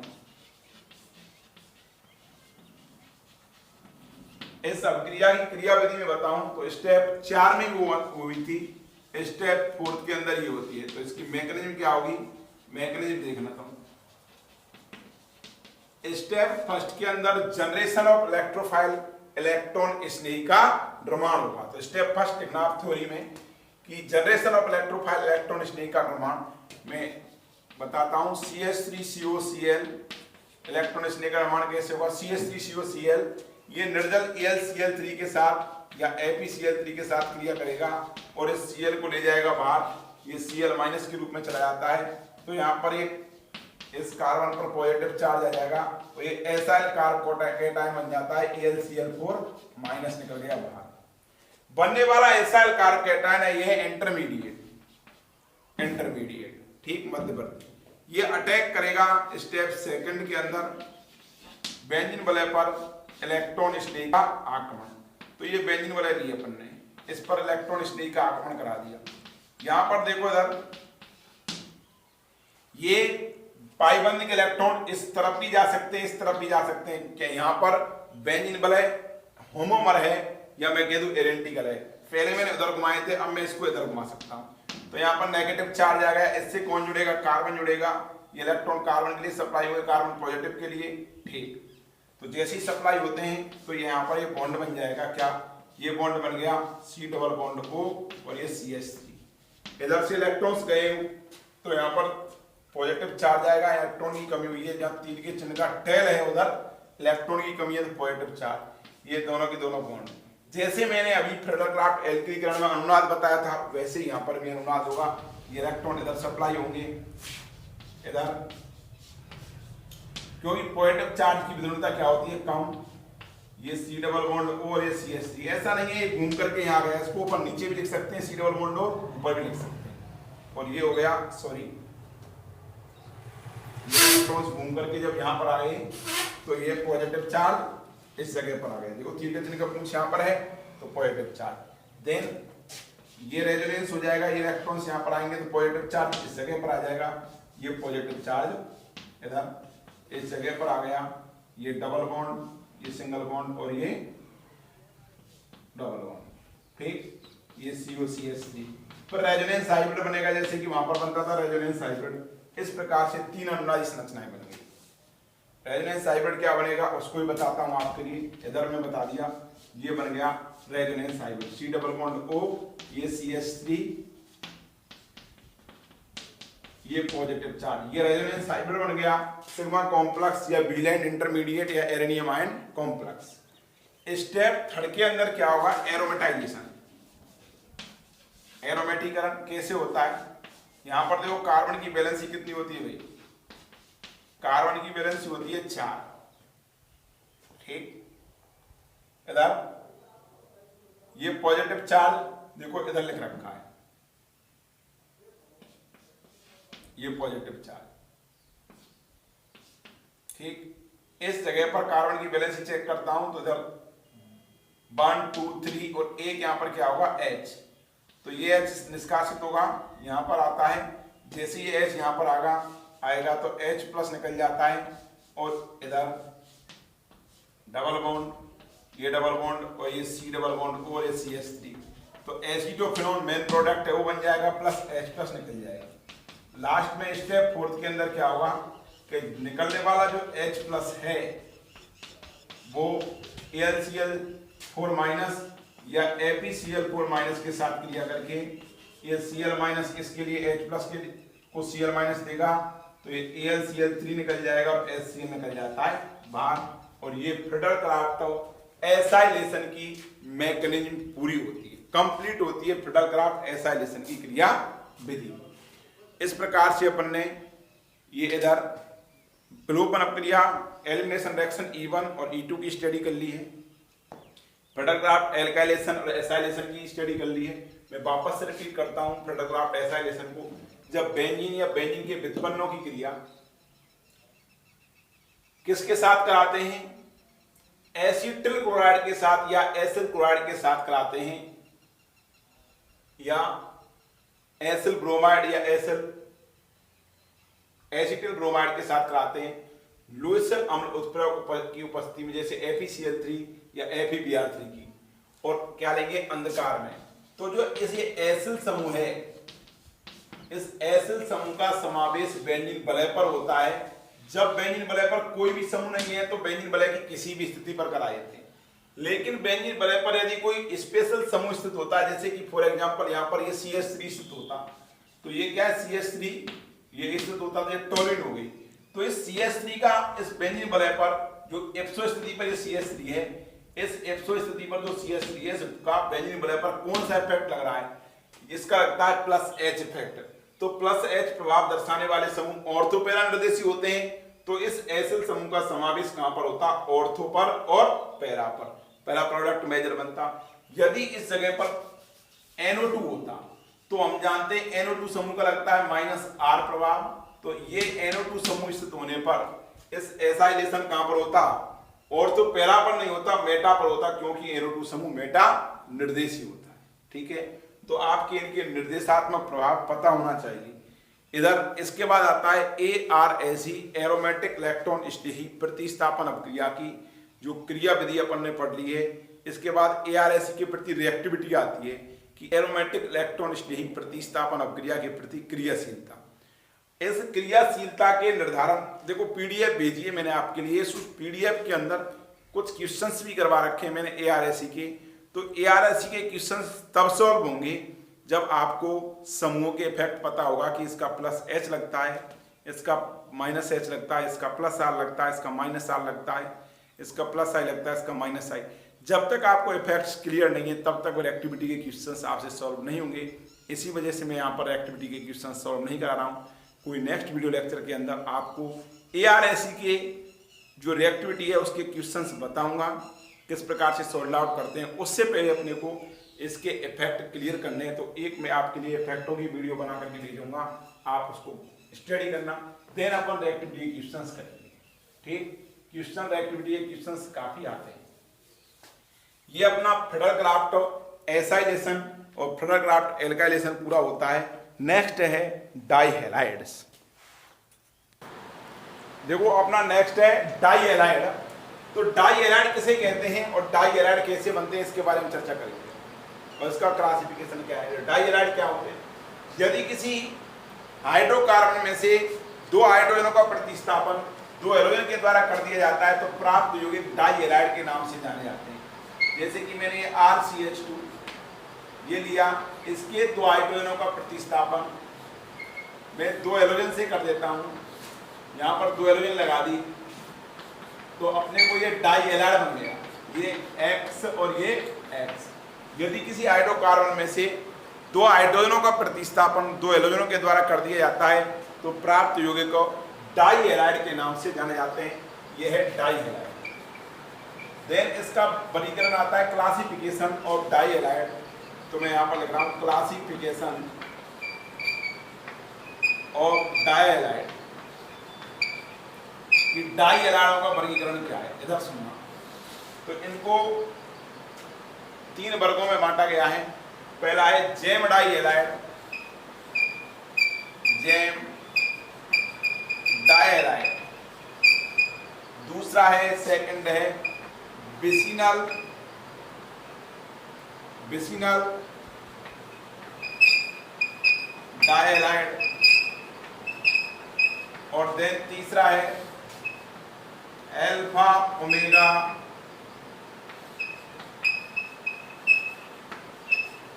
Die halide. ठीक, तीसरा क्या है अल्फा ओमेगा डाई हैलाइड। पहला gem die halide. Gem die halide क्या है?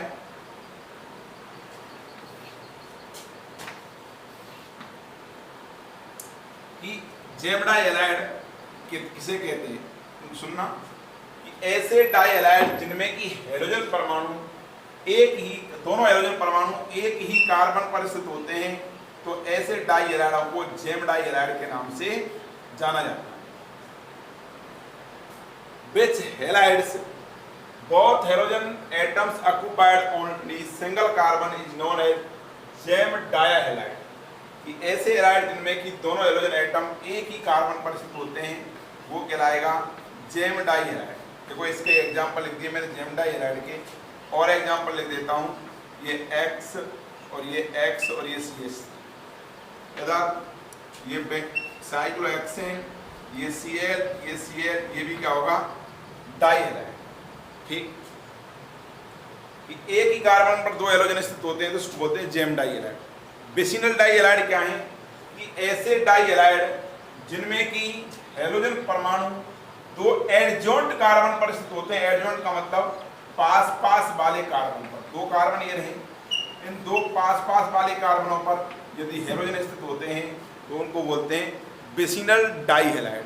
आपको यह याद रखना है कि हेलोजन जिस कार्बन से बनते हैं उस कार्बन का संकरण sp3 होना चाहिए, चाहे वो जेम हो, चाहे विसिनल हो, और चाहे वो अल्फा ओमेगा। ठीक, जैसे मैंने लिख दिया RCH, ये X, ये CH और ये X और ये R। ठीक, इसी प्रकार से और एग्जांपल्स कि एडजॉइंट कार्बन पर, एडजॉइंट मतलब पास पास वाला, ये X और ये X। यदि एडजॉइंट कार्बन पर पास पास वाले कार्बन पर हेलोजन स्थित होते हैं इसको बोलते हैं विसिनल डाई हैलाइड। फिर आता है अल्फा ओमेगा डाई हैलाइड। कि ऐसे डाई हैलाइड, अल्फा ओमेगा क्या होंगे? कि ऐसे डाई हैलाइड जिनमें की हेलोजन परमाणु दोनों टर्मिनल कार्बन पर स्थित होते हैं। ऐसे डाई हैलाइड जिनमें की हेलोजन परमाणु दो टर्मिनल कार्बन पर स्थित होते हैं तो उसको बोलते हैं अल्फा ओमेगा डाई हैलाइड। ये CH2, जैसे कि यहाँ पर ये CH2, ये CH2 और ये CH2 दोनों टर्मिनल या छोर वाले कार्बन पर हेलोजन स्थित हैं तो उनको बोलेंगे अल्फा ओमेगा डाई हैलाइड। तो ऐसे डाई हैलाइड जिनमें की टर्मिनल कार्बन पर छोर वाले कार्बन पर हेलोजन स्थित होता है तो उनको बोलते हैं अल्फा ओमेगा। अल्फा ओमेगा का मैं और एग्जांपल दे सकता हूँ, ऊपर ये CH2, CH2, ये CH2, ठीक, और ये CH2 और ये X और ये X। अर्थात हेलोजन परमाणु जब टर्मिनल sp3 संयुक्त कार्बन पर बंधित होता है तो अल्फा ओमेगा डाई हैलाइड होगा। जब दो एडजॉइंट कार्बनों पर पास पास वाले कार्बन पर हेलोजन स्थित होता है और sp3 संयुक्त कार्बन होना चाहिए तो वो होगा विसिनल डाई हैलाइड। और जब एक ही कार्बन पर, एक ही sp3 संयुक्त कार्बन पर दो हेलोजन स्थित होते हैं तो वो कहलाते हैं जेम डाई हैलाइड। तो मैं कहता हूँ इसका आपको वर्गीकरण समझ में आ गया होगा। उसके बाद में आता है method of preparation di halide. ठीक है, तो यहाँ पर लिख रहा हूँ मेथड ऑफ प्रिपरेशन डाइहैलाइड, कि डाइहैलाइडों का संश्लेषण किस प्रकार से किया जाता है, बनाए किस प्रकार से जाते हैं। तो मेथड ऑफ प्रिपरेशन डाइहैलाइड, इसमें पहला मेथड लिख रहा हूं मैं, मेथड ऑफ प्रिपरेशन डाइहैलाइड में बनाने की विधि में पहले ही बनाने की विधि ले रहा हूं मैं एल्डिहाइड एवं कीटोन से, कि एल्डिहाइड कीटोन से डाइहैलाइड कैसे बनाते हैं। पहला है एल्डिहाइड एवं कीटोन से, aldehyde and ketone, for aldehyde and ketone, aldehyde और कीटोन से डाइहैलाइड का संश्लेषण कैसे करते हैं।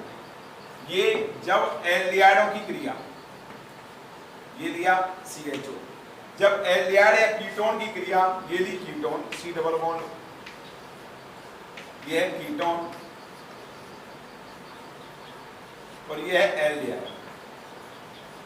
जब एल्डिहाइड कोमा कीटोन की क्रिया PCl5 के साथ कराते हैं, ये ClCl प्लस ये PCl3, ये ClCl, PCl5 के साथ कराते हैं तो ये POCl3 बाहर निकल जाता है, ये POCl3 ये बाहर निकल जाता है और अपने को जेम डाइहैलाइड की प्राप्ति होती है। ये CH, ये Cl और ये Cl और इधर POCl3 बाई प्रोडक्ट के रूप में निकल जाता है।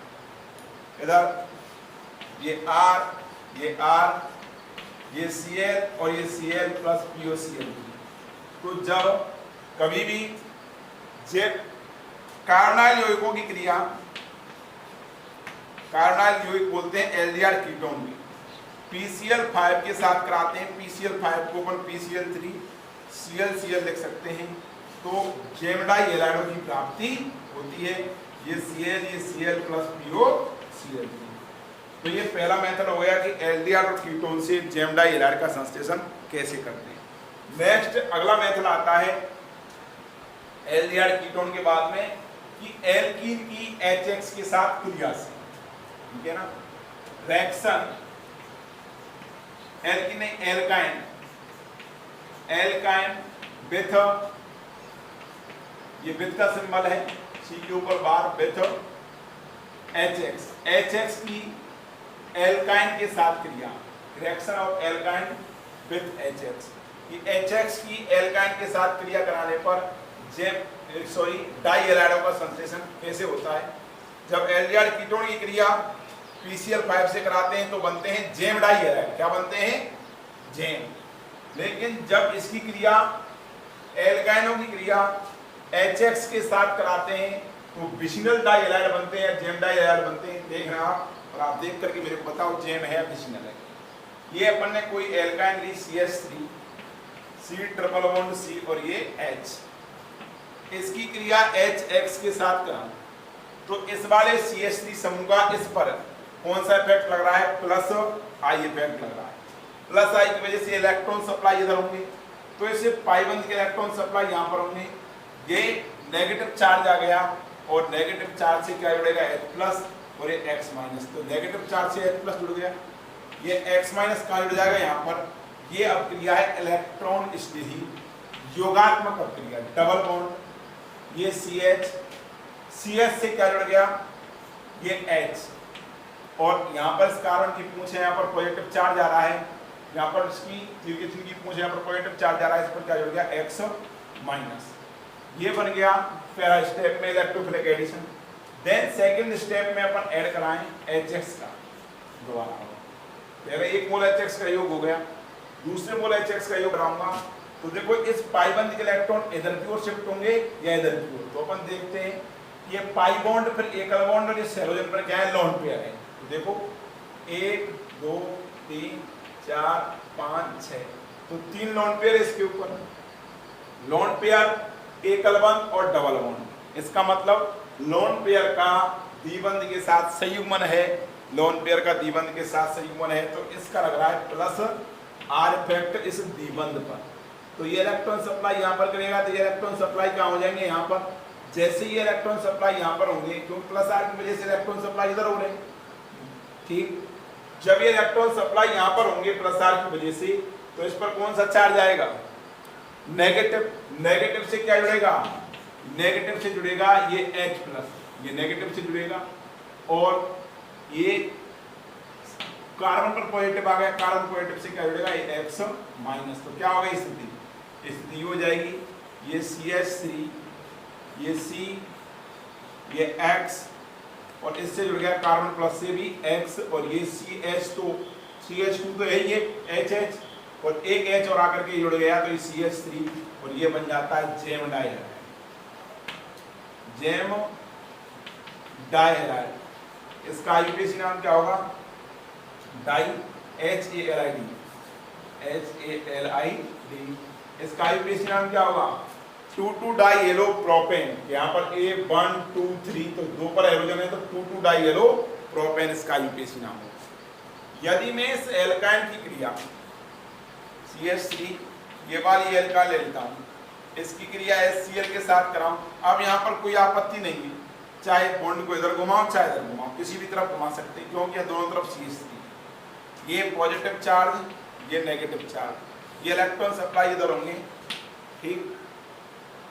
तो CH3 पॉजिटिव चार्ज, इस कार्बन पर पॉजिटिव चार्ज है, यहाँ पर Cl जुड़ जाएगी, तो इस कार्बन पर Cl जोड़ दिया और H इस पर जुड़ गया, ठीक, और ये CH3 आफ्टर ये डबल बॉन्ड, एक डबल बॉन्ड टूट चुका है, देन HCl सप्लाई करेंगे तो पॉजिटिव चार्ज, ये नेगेटिव चार्ज, इस पर लोन पेयर है, 3 लोन पेयर है, इसका प्लस R इफेक्ट लगेगा तो ये इलेक्ट्रॉन सप्लाई यहाँ पर करेगा, तो ये इलेक्ट्रॉन सप्लाई यहाँ होंगी, क्योंकि यहाँ पर प्लस R लग रहा है, यहाँ पर नेगेटिव चार्ज आएगा, CH प्लस जुड़ेगा, ये पॉजिटिव चार्ज कार्बन से Cl माइनस जुड़ जाएगा, तो ये CH3, ये Cl, और ये Cl, और ये CH2, एक H और आ गया, ये CH3। तो इस प्रकार से 1 2 3 4 2,2 डाइक्लोरो ब्यूटेन बन गया, 2,2 डाइक्लोरो ब्यूटेन ये बन जाता है। तो इस प्रकार से एल्काइन की HX के साथ क्रिया करा करके अपन ने डाइहैलाइड का संश्लेषण कर लिया। नेक्स्ट रिएक्शन आती है एल्कीन की, किसके साथ, X2 के साथ क्रिया, X2 बोले तो Cl2 के साथ क्रिया। तो जब एल्कीन की क्रिया कार्बन टेट्राक्लोराइड ब्लाइक के अंदर, सॉल्वेंट निकालें कार्बन टेट्राक्लोराइड ब्लाइक के अंदर, इसकी क्रिया Cl2 के साथ कराई जाती है, तो Cl2 का एल्कीन पर ऐसा एडिशन होगा, एंटी एडिशन होता है, और उत्पाद के रूप में अपने को बिस्नल डाइहैलाइड की प्राप्ति होगी। ये एल्कीन लिए अपन ने कोई सी भी रिएक्शन, मैं लिख रहा हूं यहाँ पर, मैं अगली प्रिपरेशन है reaction of alkene with Cl2, alkene की Cl2 के साथ क्रिया। इस एल्कीन की क्रिया CCl4 ब्लैक के अंदर Cl2 के साथ कराई जाती है, तो यहाँ पर इस Cl2 का एंटी एडिशन होता है, इधर देखो ये R और ये R, ठीक। तो ये क्या हो गया, RCr, ये सिंगल बॉन्ड, ये R और ये Cl और ये Cl, ये क्या बन गया, बिस्नल डाइहैलाइड, ठीक है। इस अभिक्रिया की क्रिया विधि कैसे होगी, मैं इसकी क्रिया विधि भी एक्सप्लेन कर लेता हूँ, क्रिया विधि कैसे होती है। देखो मैकेनिज्म बताता हूँ, इसकी मैकेनिज्म क्या होगी।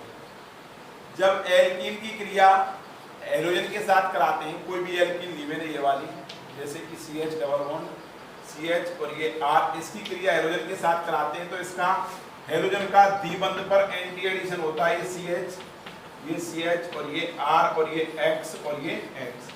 अब इस क्रिया की मैं मैकेनिज्म बताता हूँ, मैकेनिज्म कैसे होगी। तो जब एल्कीन की, ये वाली एल्कीन है, इस एल्कीन की क्रिया मैं हेलोजन के साथ कराऊंगा, तो X और ये X, तो ये वाला पाई बंध के इलेक्ट्रॉन्स इसके लिए सप्लाई होंगे, इधर ये X जाएगा X माइनस के रूप में निकल करके, इलेक्ट्रॉन यहाँ पर सप्लाई होंगे, तो यहाँ पर इलेक्ट्रॉन की कमी होगी, तो यहाँ सेमी ब्रिज बॉन्ड बन जाएगा, ये CH सिंगल बॉन्ड CH और ये R, एक बॉन्ड टूट चुका है, ये X और पॉजिटिव, इसको बोलते हैं अपन हेलेनियम आयन कॉम्प्लेक्स। जब एल्कीन की क्रिया, मैकेनिज्म में क्या होगा, ये मैकेनिज्म वाला स्टेप है, इसकी इस अभिक्रिया की मैकेनिज्म लिख रहा हूं मैं, कि जब एल्कीन की क्रिया H2 के साथ कराते हैं तो बिस्नल डाइहैलाइड बनते हैं। क्या बनते हैं, बिस्नल डाइहैलाइड, विसिनल डाइहैलाइड।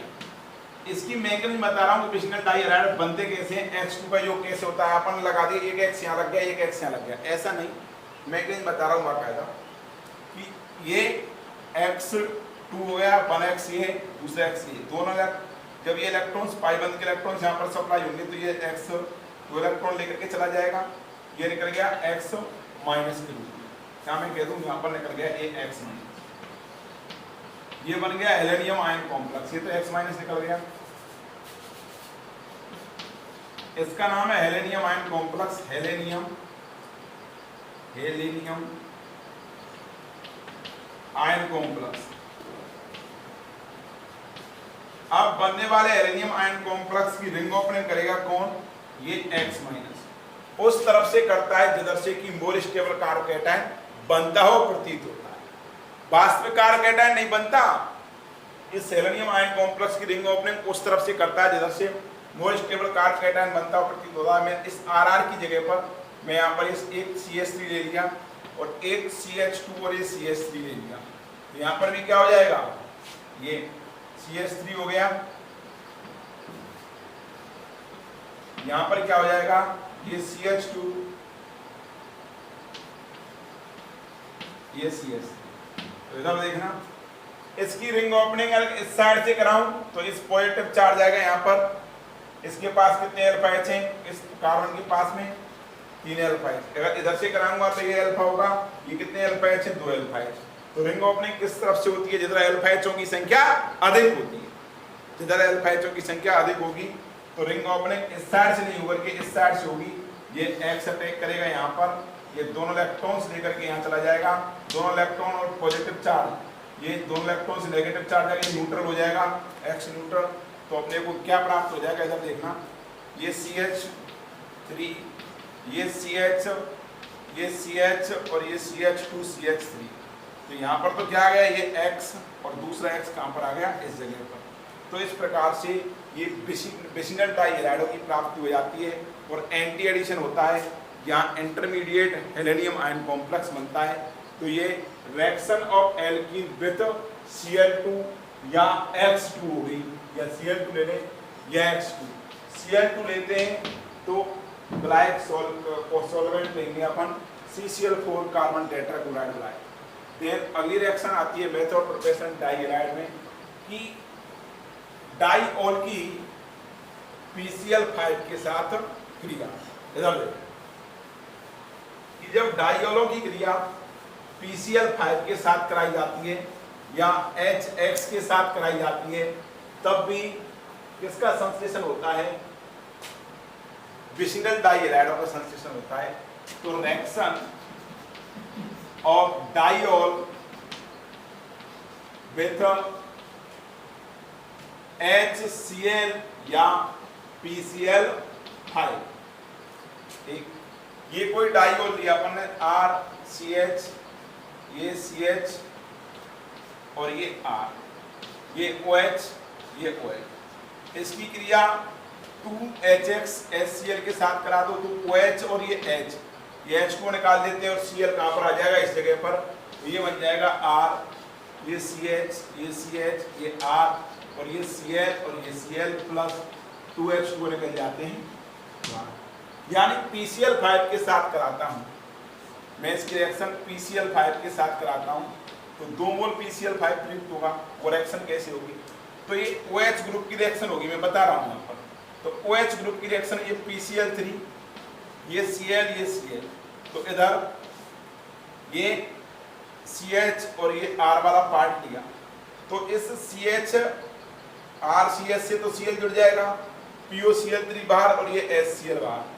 तो स्थिति क्या होगी, ये R CH Cl, ये CH R, ये Cl प्लस 2 मोल POCl3 प्लस 2 मोल HCl निकल जाता है बाहर। ये इसकी डाइऑल की PCl5 के साथ रिएक्शन होगी।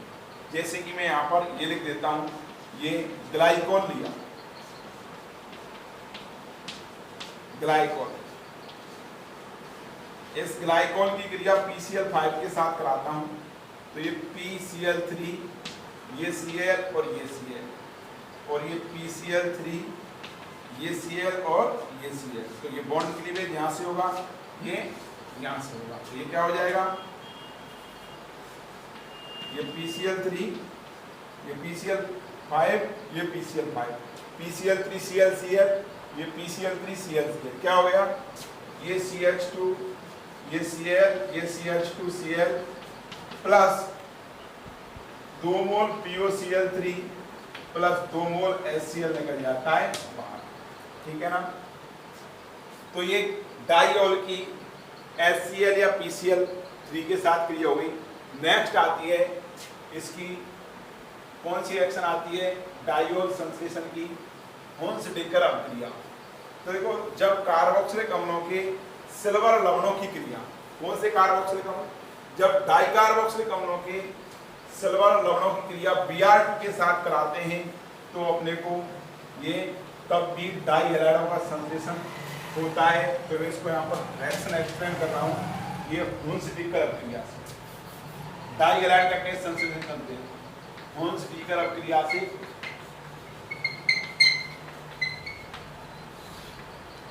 ये कोई मैंने डाई हैलाइड लिया,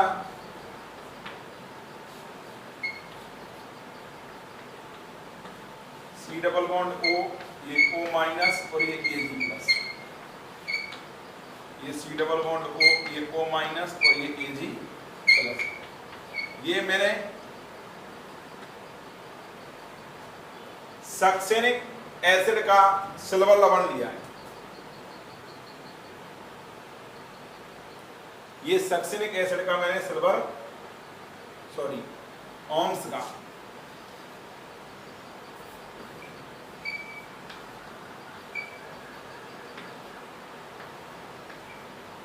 सक्सेनिक नहीं है, ये ग्लूटामिक एसिड है। कौन सा है, ग्लूटामिक एसिड। तो ये ग्लूटामिक एसिड का, ग्लूटामिक एसिड का सिल्वर सॉल्ट है, सिल्वर सॉल्ट। जब ग्लूटामिक एसिड की सिल्वर सॉल्ट की, सिल्वर लवण की क्रिया अपन Br2 के साथ कराते हैं, 2Br2 के साथ कराते हैं, तो इस दौरान हुन्स-डिकर क्रिया संपन्न होगी और अपने को ये डायब्रोमाइड का संश्लेषण होगा। ये CH2, ये बनता है एल्फा ओमेगा डायब्रोमाइड। इधर ये 2AgBr बाहर निकल जाता है और 2CO2 बाहर निकल जाता है, ये एल्फा ओमेगा डायब्रोमाइड बन गया। ठीक, इस प्रकार से हुन्स-डिकर अभिक्रिया के माध्यम से भी अपन डायब्रोमाइड का संश्लेषण कर लेते हैं। उसके बाद ये डायब्रोमाइड की केमिकल प्रॉपर्टीज आती है। तो डायब्रोमाइड की केमिकल प्रॉपर्टी पढ़ने से पढ़ लें अपन, देन उसके बाद पढ़ेंगे अपन क्या, डाई हैलाइड की केमिकल प्रॉपर्टी से पहले इसकी फिजिकल प्रॉपर्टीज आती हैं। एल्किल हैलाइड की फिजिकल प्रॉपर्टी मैंने आपको बताई नहीं है, तो मैं इसकी डाई हैलाइडों की फिजिकल प्रॉपर्टी बता देता हूँ। तो निम्नतर डाई हैलाइड रंगहीन होते हैं, कलरलेस होते हैं और इनमें मधुकर। निम्नतर डाई हैलाइड कैसे होते हैं, रंगहीन कलरलेस, ये मधुकर गंधयुक्त वाष्पशील द्रव होते हैं। ये अध्रुवीय विलायकों में विलयशील एवं ध्रुवीय विलायकों में अविलयशील होते हैं। तो निम्नतर जो डाई हैलाइड होते हैं कैसी होती है, इनकी मधुकर गंध होती है, ये वाष्पशील द्रव होते हैं निम्नतर, और ये अध्रुवीय विलायकों के अंदर विलयशील होते हैं, जबकि ध्रुवीय विलायकों के अंदर ये अविलयशील होते हैं। इसके अंदर ध्रुवीय विलायकों के अंदर ये क्या होते हैं, अविलयशील होते हैं। नेक्स्ट इसकी केमिकल प्रॉपर्टीज आती है। डाई हैलाइडों के रासायनिक गुणधर्म, chemical properties of dihalide. इसमें पहला आता है hydrolysis of gem die halide. Gem di हैलाइडों का जल अपघटन, हाइड्रोलाइसिस का मतलब जल अपघटन। तो जेम डाई हैलाइडों का जल अपघटन कराते हैं। ये मैंने जेम डाई हैलाइड लिया, तो किसी भी जेम डाई हैलाइड का जब जलीय NaOH, जलीय एक्वस NaOH या KOH के साथ जल अपघटन कराते हैं, तो इसके 2 मोल लेंगे अपन, तो अपने को किसकी प्राप्ति होगी, एल्डिहाइड एक कीटोन की प्राप्ति होती है, अर्थात कार्बोनाइल यौगिकों की प्राप्ति होती है। इसके 2 मोल NaOH लेंगे, यहाँ दोनों Cl, ये NaCl निकल जाता है बाहर 2 मोल, और यहाँ पर ये दोनों OH आ जाते हैं। ये एक कार्बन पर दो OH क्या होते हैं, अस्थायी इंटरेक्शन करके वाटर मॉलिक्यूल निकाल देंगे -H2O, तो अपने को कीटोन की प्राप्ति हो जाएगी इससे। यदि मैं ये लेता हूं जेम डाइहैलाइड RCH, इसकी क्रिया 2 मोल जलीय KOH के साथ कराता हूं या जलीय NOH के साथ कराता हूं, तो यहाँ पर 2N2KX बाहर निकल जाएगा। इधर RCH, ये OH, ये OH, इधर एक कार्बन पर 2 H क्या होते हैं, अस्थायी, ये वाटर मॉलिक्यूल बाहर निकाल देते हैं, तो ये एल्डिहाइड की प्राप्ति हो जाती है। तो जेम डाइहैलाइड की क्रिया का हाइड्रोलाइसिस कराते हैं जलीय NOH या KOH से, तो एल्डिहाइड या कीटोन की प्राप्ति होती है। लेकिन जब विसिनल डाइहैलाइड का हाइड्रोलाइसिस ऑफ जेम डाइहैलाइड के बाद विसिनल डाइहैलाइड का कराते हैं, तो विसिनल डाइहैलाइड के कराने पर अपने को किसकी प्राप्ति होगी, डाइऑल का संश्लेषण होता है। तो विसिनल डाइहैलाइड का जब हाइड्रोलाइसिस जलीय NOH या KOH के साथ कराते हैं, तो अपने को डाई किसकी प्राप्ति होगी, अपने को प्राप्ति होती है डाइऑल की। ये विसिनल डाइहैलाइड दिया अपन ने। इस विसिनल डाइहैलाइड की क्रिया जब एडजॉइंट कार्बन पर पास वाले कार्बन पर हैलोजन स्थित होता है, तो उसको बोलते हैं विसिनल।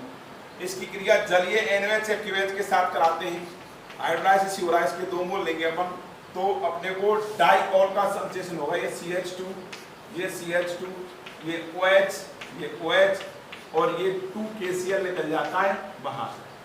ठीक, इधर ये बन गया विसिनल डाइहैलाइड ग्लाइकॉल। यदि इसके लिए मैं दूसरा एग्जांपल लूँ, ये RCH, ये CH, ये R, ये Cl प्लस 2 मोल NOH कैसा लूं, जलीय लेता हूं, तो ये बनेगा RCH, ये R, ये OH प्लस 2 मोल NaCl निकल जाता है बाहर। तो जेम डाइहैलाइड का हाइड्रोलाइसिस कराने पर एल्डिहाइड कीटोन बनते हैं, जो कि विसिनल डाइहैलाइड का हाइड्रोलाइसिस कराने पर डाइऑलों का संश्लेषण होता है। ठीक, उसके बाद आता है कि जेम या विसिनल डाइहैलाइडों की क्रिया जब अपन जलीय NOH या जलीय KOH के साथ नहीं करा करके एल्कोहलिक NOH या एल्कोहलिक KOH के साथ कराते हैं, तो इस दौरान अल्फा बीटा ब्रोमन क्रिया संपन्न होगी, एलिमिनेशन रिएक्शन संपन्न होती है और उत्पाद के रूप में एल्काइन की प्राप्ति होती है। तो reaction of gem oblique vicinal dihalide with alcoholic KOH या NOH, एल्कोहलिक NOH या KOH की जेम या विसिनल डाइहैलाइड के साथ क्रिया, तो इस दौरान एलिमिनेशन रिएक्शन संपन्न होती है, अल्फा बीटा एलिमिनेशन। तो अपने को उत्पाद की प्राप्ति होती है, किसकी, उत्पाद प्राप्त होगा एल्काइन। ये अपन ने विसिनल डाइहैलाइड लिया, सॉरी ये पहला लिया जेम डाइहैलाइड, इसकी क्रिया एल्कोहलिक KOH के साथ कराते हैं, एलिमिनेशन रिएक्शन है। तो ये अल्फा Cl कार्बन है, ये बीटा कार्बन, तो यहाँ 2 बार अल्फा बीटा ब्रोमन होगी संपन्न, ये 2HCl बाहर निकल जाएगा और ये CH triple bond CH plus 2HCl बाहर निकल जाता है और अपने को एल्काइन की प्राप्ति होती है, एसिटिलीन की प्राप्ति होगी। यदि मैं यहाँ पर ये ले लेता हूँ, ये Cl, ये H, ये Cl और ये H, इसकी क्रिया मैं एल्कोहलिक KOH के साथ कराता हूं। तो यहाँ पर अपन ने ये तो लिया जेम डाइहैलाइड, ये लिया मैंने विसिनल, तो ये क्लोरीन एल्फा कार्बन, ये बीटा, तो ये एल्फा बीटा ब्रोमन संपन्न हो गई, ये एल्फा डैश, तो ये बीटा डैश, तो ये Cl एल्फा का डैश का H बीटा डैश का। ठीक, ये 2 मोल 2HCl बाहर निकल जाते हैं और ये C ट्रिपल बॉन्ड C और ये 2HCl निकल जाते हैं बाहर। तो विसिनल डाइहैलाइड या जेम डाइहैलाइड की जलीय NaOH के साथ क्रिया नहीं करा करके एल्कोहलिक QH के साथ कराते हैं तो एल्काइनों का संश्लेषण होता है। तो उसके बाद नेक्स्ट रिएक्शन आती है कि जेम डाई और बिस्नल डाई एराइडों की जिंक धातु के साथ रिएक्शन, जिंक धातु के साथ क्रिया। तो इधर देखना कि इस जेम डाई एराइड या बिस्नल डाई एराइडों की जिंक धातु के साथ क्रिया कराते हैं तो क्या होता है। जब जेम डाई एराइडों की क्रिया, जब जेम डाई एराइड लिया अपन ने ये, जब किसी जेम डाई एराइड की क्रिया जिंक धातु के साथ कराते हैं, जिंक मेटल के साथ में, तो अपने को एल्कीन का डाइमराइजेशन होगा। यहाँ पर डाइमराइजेशन के पश्चात अपने को एल्कीन का संश्लेषण होगा। किसका संश्लेषण होगा? एल्कीन का। ये ClH, ये Cl और ये CH3, ये अपन ने जेम डाई एराइड लिया। इस जेम डाई एराइड की क्रिया जिंक मेटल के साथ कराते हैं तो अपने को एल्कीन का संश्लेषण होगा। ये डाइमराइजेशन हो जाता है, एल्कीन का संश्लेषण होगा, 2 मोल जिंक लेंगे तो ये CH3 CH double bond CH और ये CH3 प्लस ZnCl2 2 मोल निकल जाता है बाहर। ये 2 ब्यूटीन बन गई, 2 ब्यूटीन। यदि इसी की क्रिया इधर, यदि अपन ये नहीं लेकर के और अपन ये ले लेते हैं बिसिनल डाई एराइड। जब बिसिनल डाई एराइड की क्रिया जिंक मेटल के साथ कराते हैं, जिंक धातु के साथ, तो अपने को उत्पाद के रूप में एल्कीन की प्राप्ति इधर, तो अपने को उत्पाद के रूप में एल्कीन की प्राप्ति होती है। ये ZnCl2 निकल जाएगा बाहर इधर, ये CH2 डबल बॉन्ड CH2 और इधर ये जिंक मेटल निकल जाता है, ZnCl2 निकल जाता है बाहर। ठीक, तो अपने को जब बिस्नल डाई एराइड लेते हैं तो एल्कीन की प्राप्ति होती है, और जब अपन जेम डाई हैलाइड लेते हैं तो अपने को डाइमराइजेशन एल्कीन की प्राप्ति होती है। ठीक है ना। इधर ये बिस्नल डाई एराइड लिया, इसकी जिंक मेटल के साथ क्रिया कराई तो क्या बनेगा? ये RCH डबल बॉन्ड CH और ये CH और ये ZnCl2, ये डी एलोजनीकरण क्रिया भी है, एलोजन बाहर निकल रही है। Next alpha omega die arid की रिएक्शन रह रही है कि एल्फा ओमेगा डाई एराइड की जिंक धातु के साथ क्रिया कराते हैं तो क्या होता है। जब एल्फा ओमेगा डाई एराइड की क्रिया जिंक मेटल के साथ कराते हैं तो इस दौरान साइक्लाइजेशन रिएक्शन होती है और अपने को उत्पाद के रूप में साइक्लोएल्केनों की प्राप्ति होती है। तो जब एल्फा ओमेगा डाई एराइड की क्रिया जिंक धातु के साथ कराते हैं तो इस दौरान साइक्लाइजेशन रिएक्शन होगी और उत्पाद के रूप में अपने को एल्कीन, साइक्लोएल्कीन का संश्लेषण हो, एल्केन का, साइक्लोएल्केन का। ये एल्फा ओमेगा डाई एराइड लिया, इसकी क्रिया जिंक मेटल के साथ कराई तो यहाँ पर ये साइक्लाइजेशन रिएक्शन होगी। ये CH2 CH2 CH2, ये CH2 ये CH2, तो ये साइक्लोप्रोपेन का संश्लेषण हो जाता है, ZnCl2 बाहर निकल जाता है। ये साइक्लोप्रोपेन साइक्लोपेंटेन। इस प्रकार से ये है बिसिनल एल्फा ओमेगा, ये डाई एराइड है, एल्फा ओमेगा डाई एराइड। जब एल्फा ओमेगा डाई एराइड की क्रिया जिंक मेटल के साथ कराते हैं तो अपने को किसकी प्राप्ति होती है? अपने को प्राप्ति होती है साइक्लो